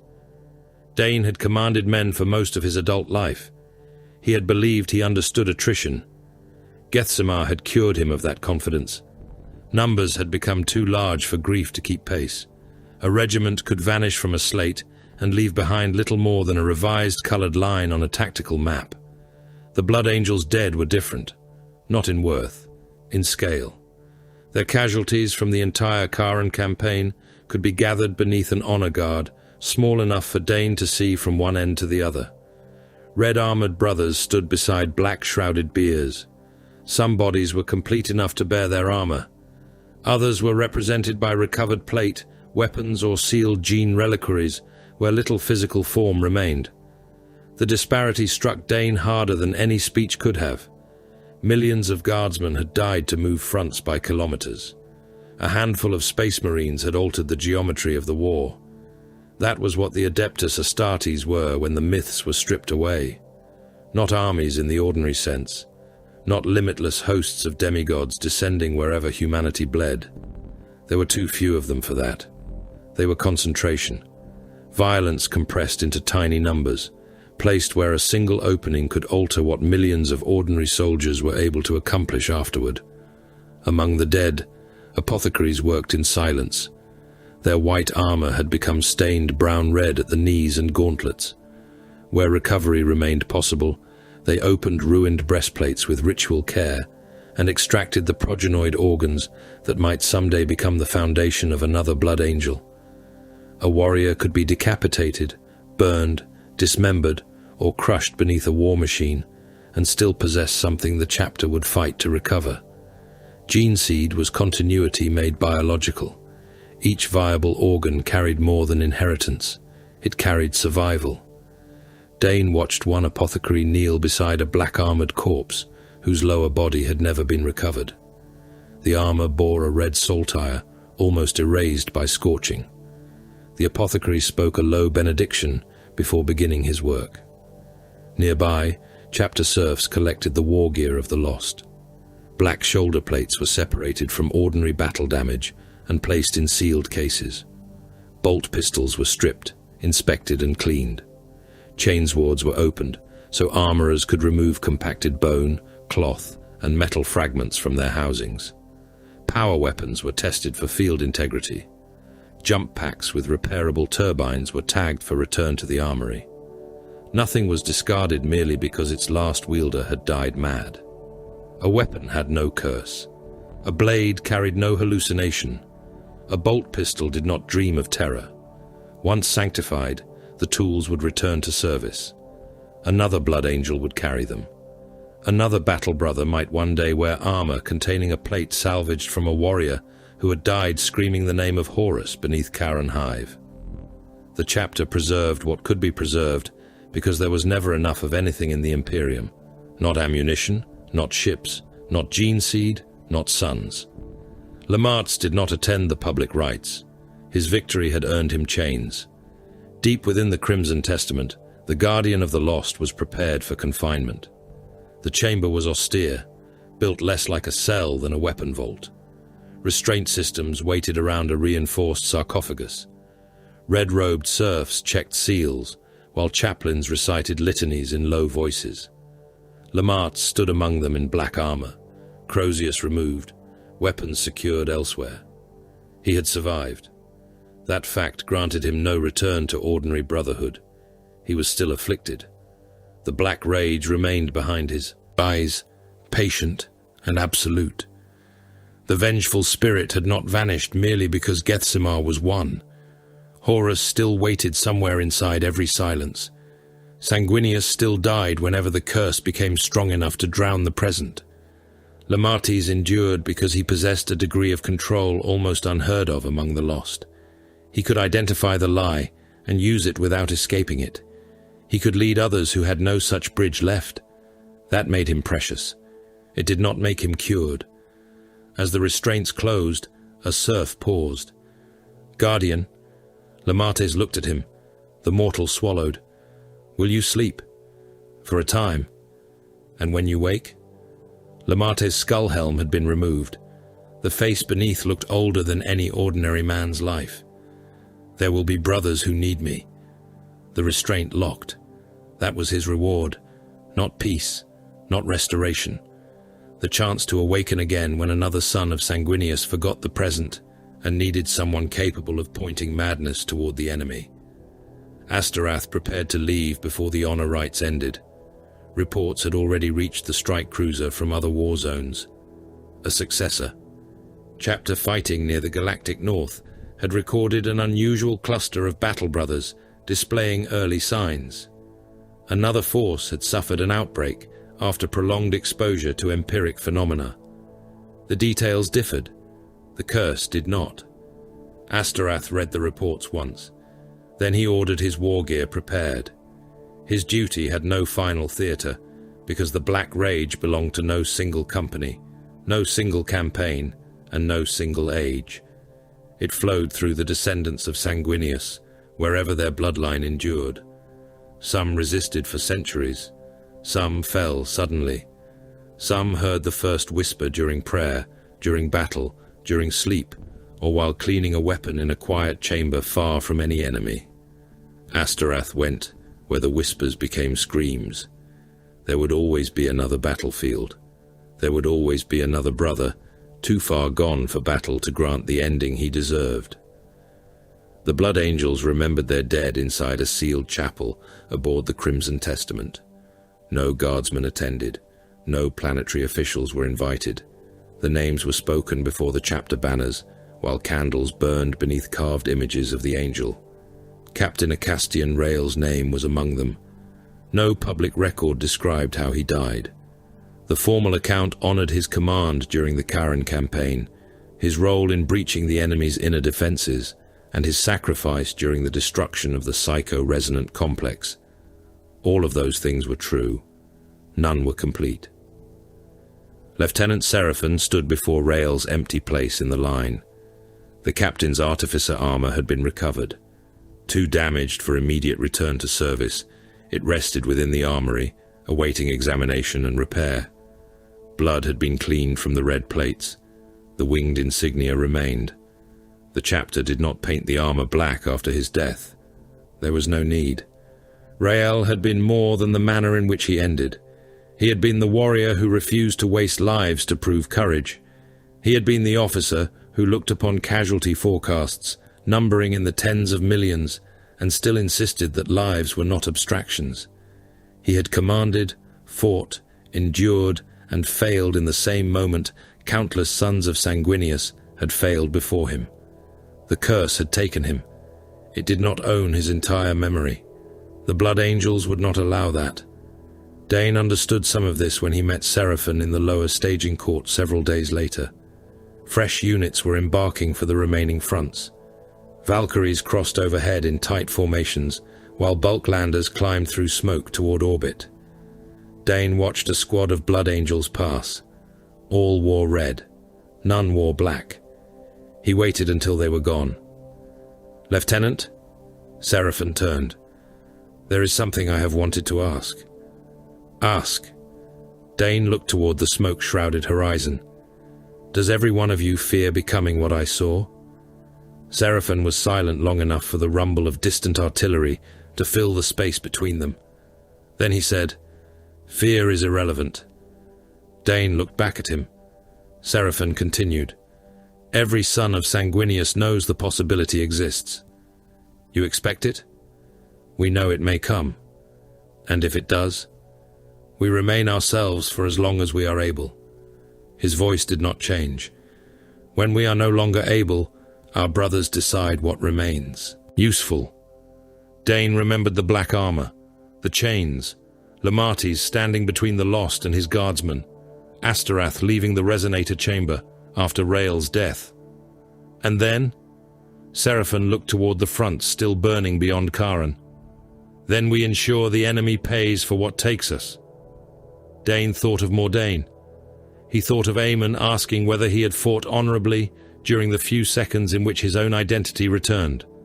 He thought of Death Company warriors chained inside Thunderhawks because they could not be trusted beside allies. He thought of black-armored figures jumping from a burning gunship rather than die inside it, firing their jump packs seconds before impact. He thought of surrendering traitors killed because surrender no longer existed inside the hallucination. He thought of Lamates speaking to madmen in the language of their madness. He thought of Astorath standing before a captain who could no longer recognize his own brother. At last, the whole shape became clear. The Death Company were not a conventional formation raised according to doctrine. They were what remained after doctrine failed. When the Black Rage took a Blood Angel, it did not merely make him angry. It carried him into the inherited nightmare of his Primarch's final hours. The present became unstable. Allies could become traitors. Fortresses could become the palace. Enemy commanders could become Horus. Death itself could become the only meaningful destination. The chapter marked those warriors in black because their old lives were already over. Chaplains anchored them because ordinary orders could not always reach them. They were armed because madness did not erase Astarte's strength, reflexes, or experience. They were unleashed where survival was unnecessary. They were feared because the same absence of restraint that made them devastating against the enemy could turn upon allies if control failed. They could not return to normal because the Black Rage was not a fever passing from the blood. Lamart survived within it as an exception so rare that his continued existence had become a weapon in its own right. Astorath followed behind the curse because not every lost brother found an honorable battlefield death. And when there was no enemy left against whom that final madness could be spent, the chapter granted peace in the only form the age still reliably understood, through violence. Dane looked at Seraphon differently after that, not with pity. The Blood Angels would not have accepted pity. He saw instead the architecture around the wound, the discipline, art, ritual, and measured speech of warriors who knew that something ancient waited inside them. Every controlled gesture became defiance. Every campaign fought insanity became time stolen from Horus. The victory bells of Gethsemar began at dusk. They rang from cathedrals whose upper towers had survived the bombardment. They rang from armored shrine vehicles parked beside field hospitals. They rang through Vox relays and command posts and assembly yards filled with new regiments waiting to march. The sound crossed Karen Hive. There were districts where no one remained alive to hear it. Smoke hid the sun. Whole city sectors were still burning beneath the horizon. Casualty trains continued toward rear hospitals. Body transports moved in the opposite direction. Artillery fired beyond the walls, even while the bells announced victory. The Imperium owned the ruins. That was victory. The reinforcement corridor remained open. That was victory. The Black Legion offensive had fractured. That was victory. Tomorrow, more soldiers would die to turn those statements into lasting facts. No one watching Gethsemar from orbit would have mistaken the world for saved. Weeks later, and far from that burning system, a Blood Angel's vessel traveled toward another war. Within its armored decks, battle brothers rested between drills and rites. Machine systems hummed through the darkness. Servitors moved along maintenance passages. The void pressed against the hull. One warrior slept secured within an armor restraint. His name did not matter, not yet. He dreamed of light, golden light. He saw wings, white at first, then red. A figure knelt beyond him. No, fell. There was blood on the floor, too much blood. A shadow stood over the dying angel. The warrior tried to move. He could not. The shadow turned. He woke, both hearts hammered inside his chest. The restraint chamber was dark. He knew where he was. He knew his name. He knew the vessel. He knew the war toward which they traveled. For several seconds, that was enough. Then he tasted blood that was not there. And behind his teeth, one word was already forming: Horus.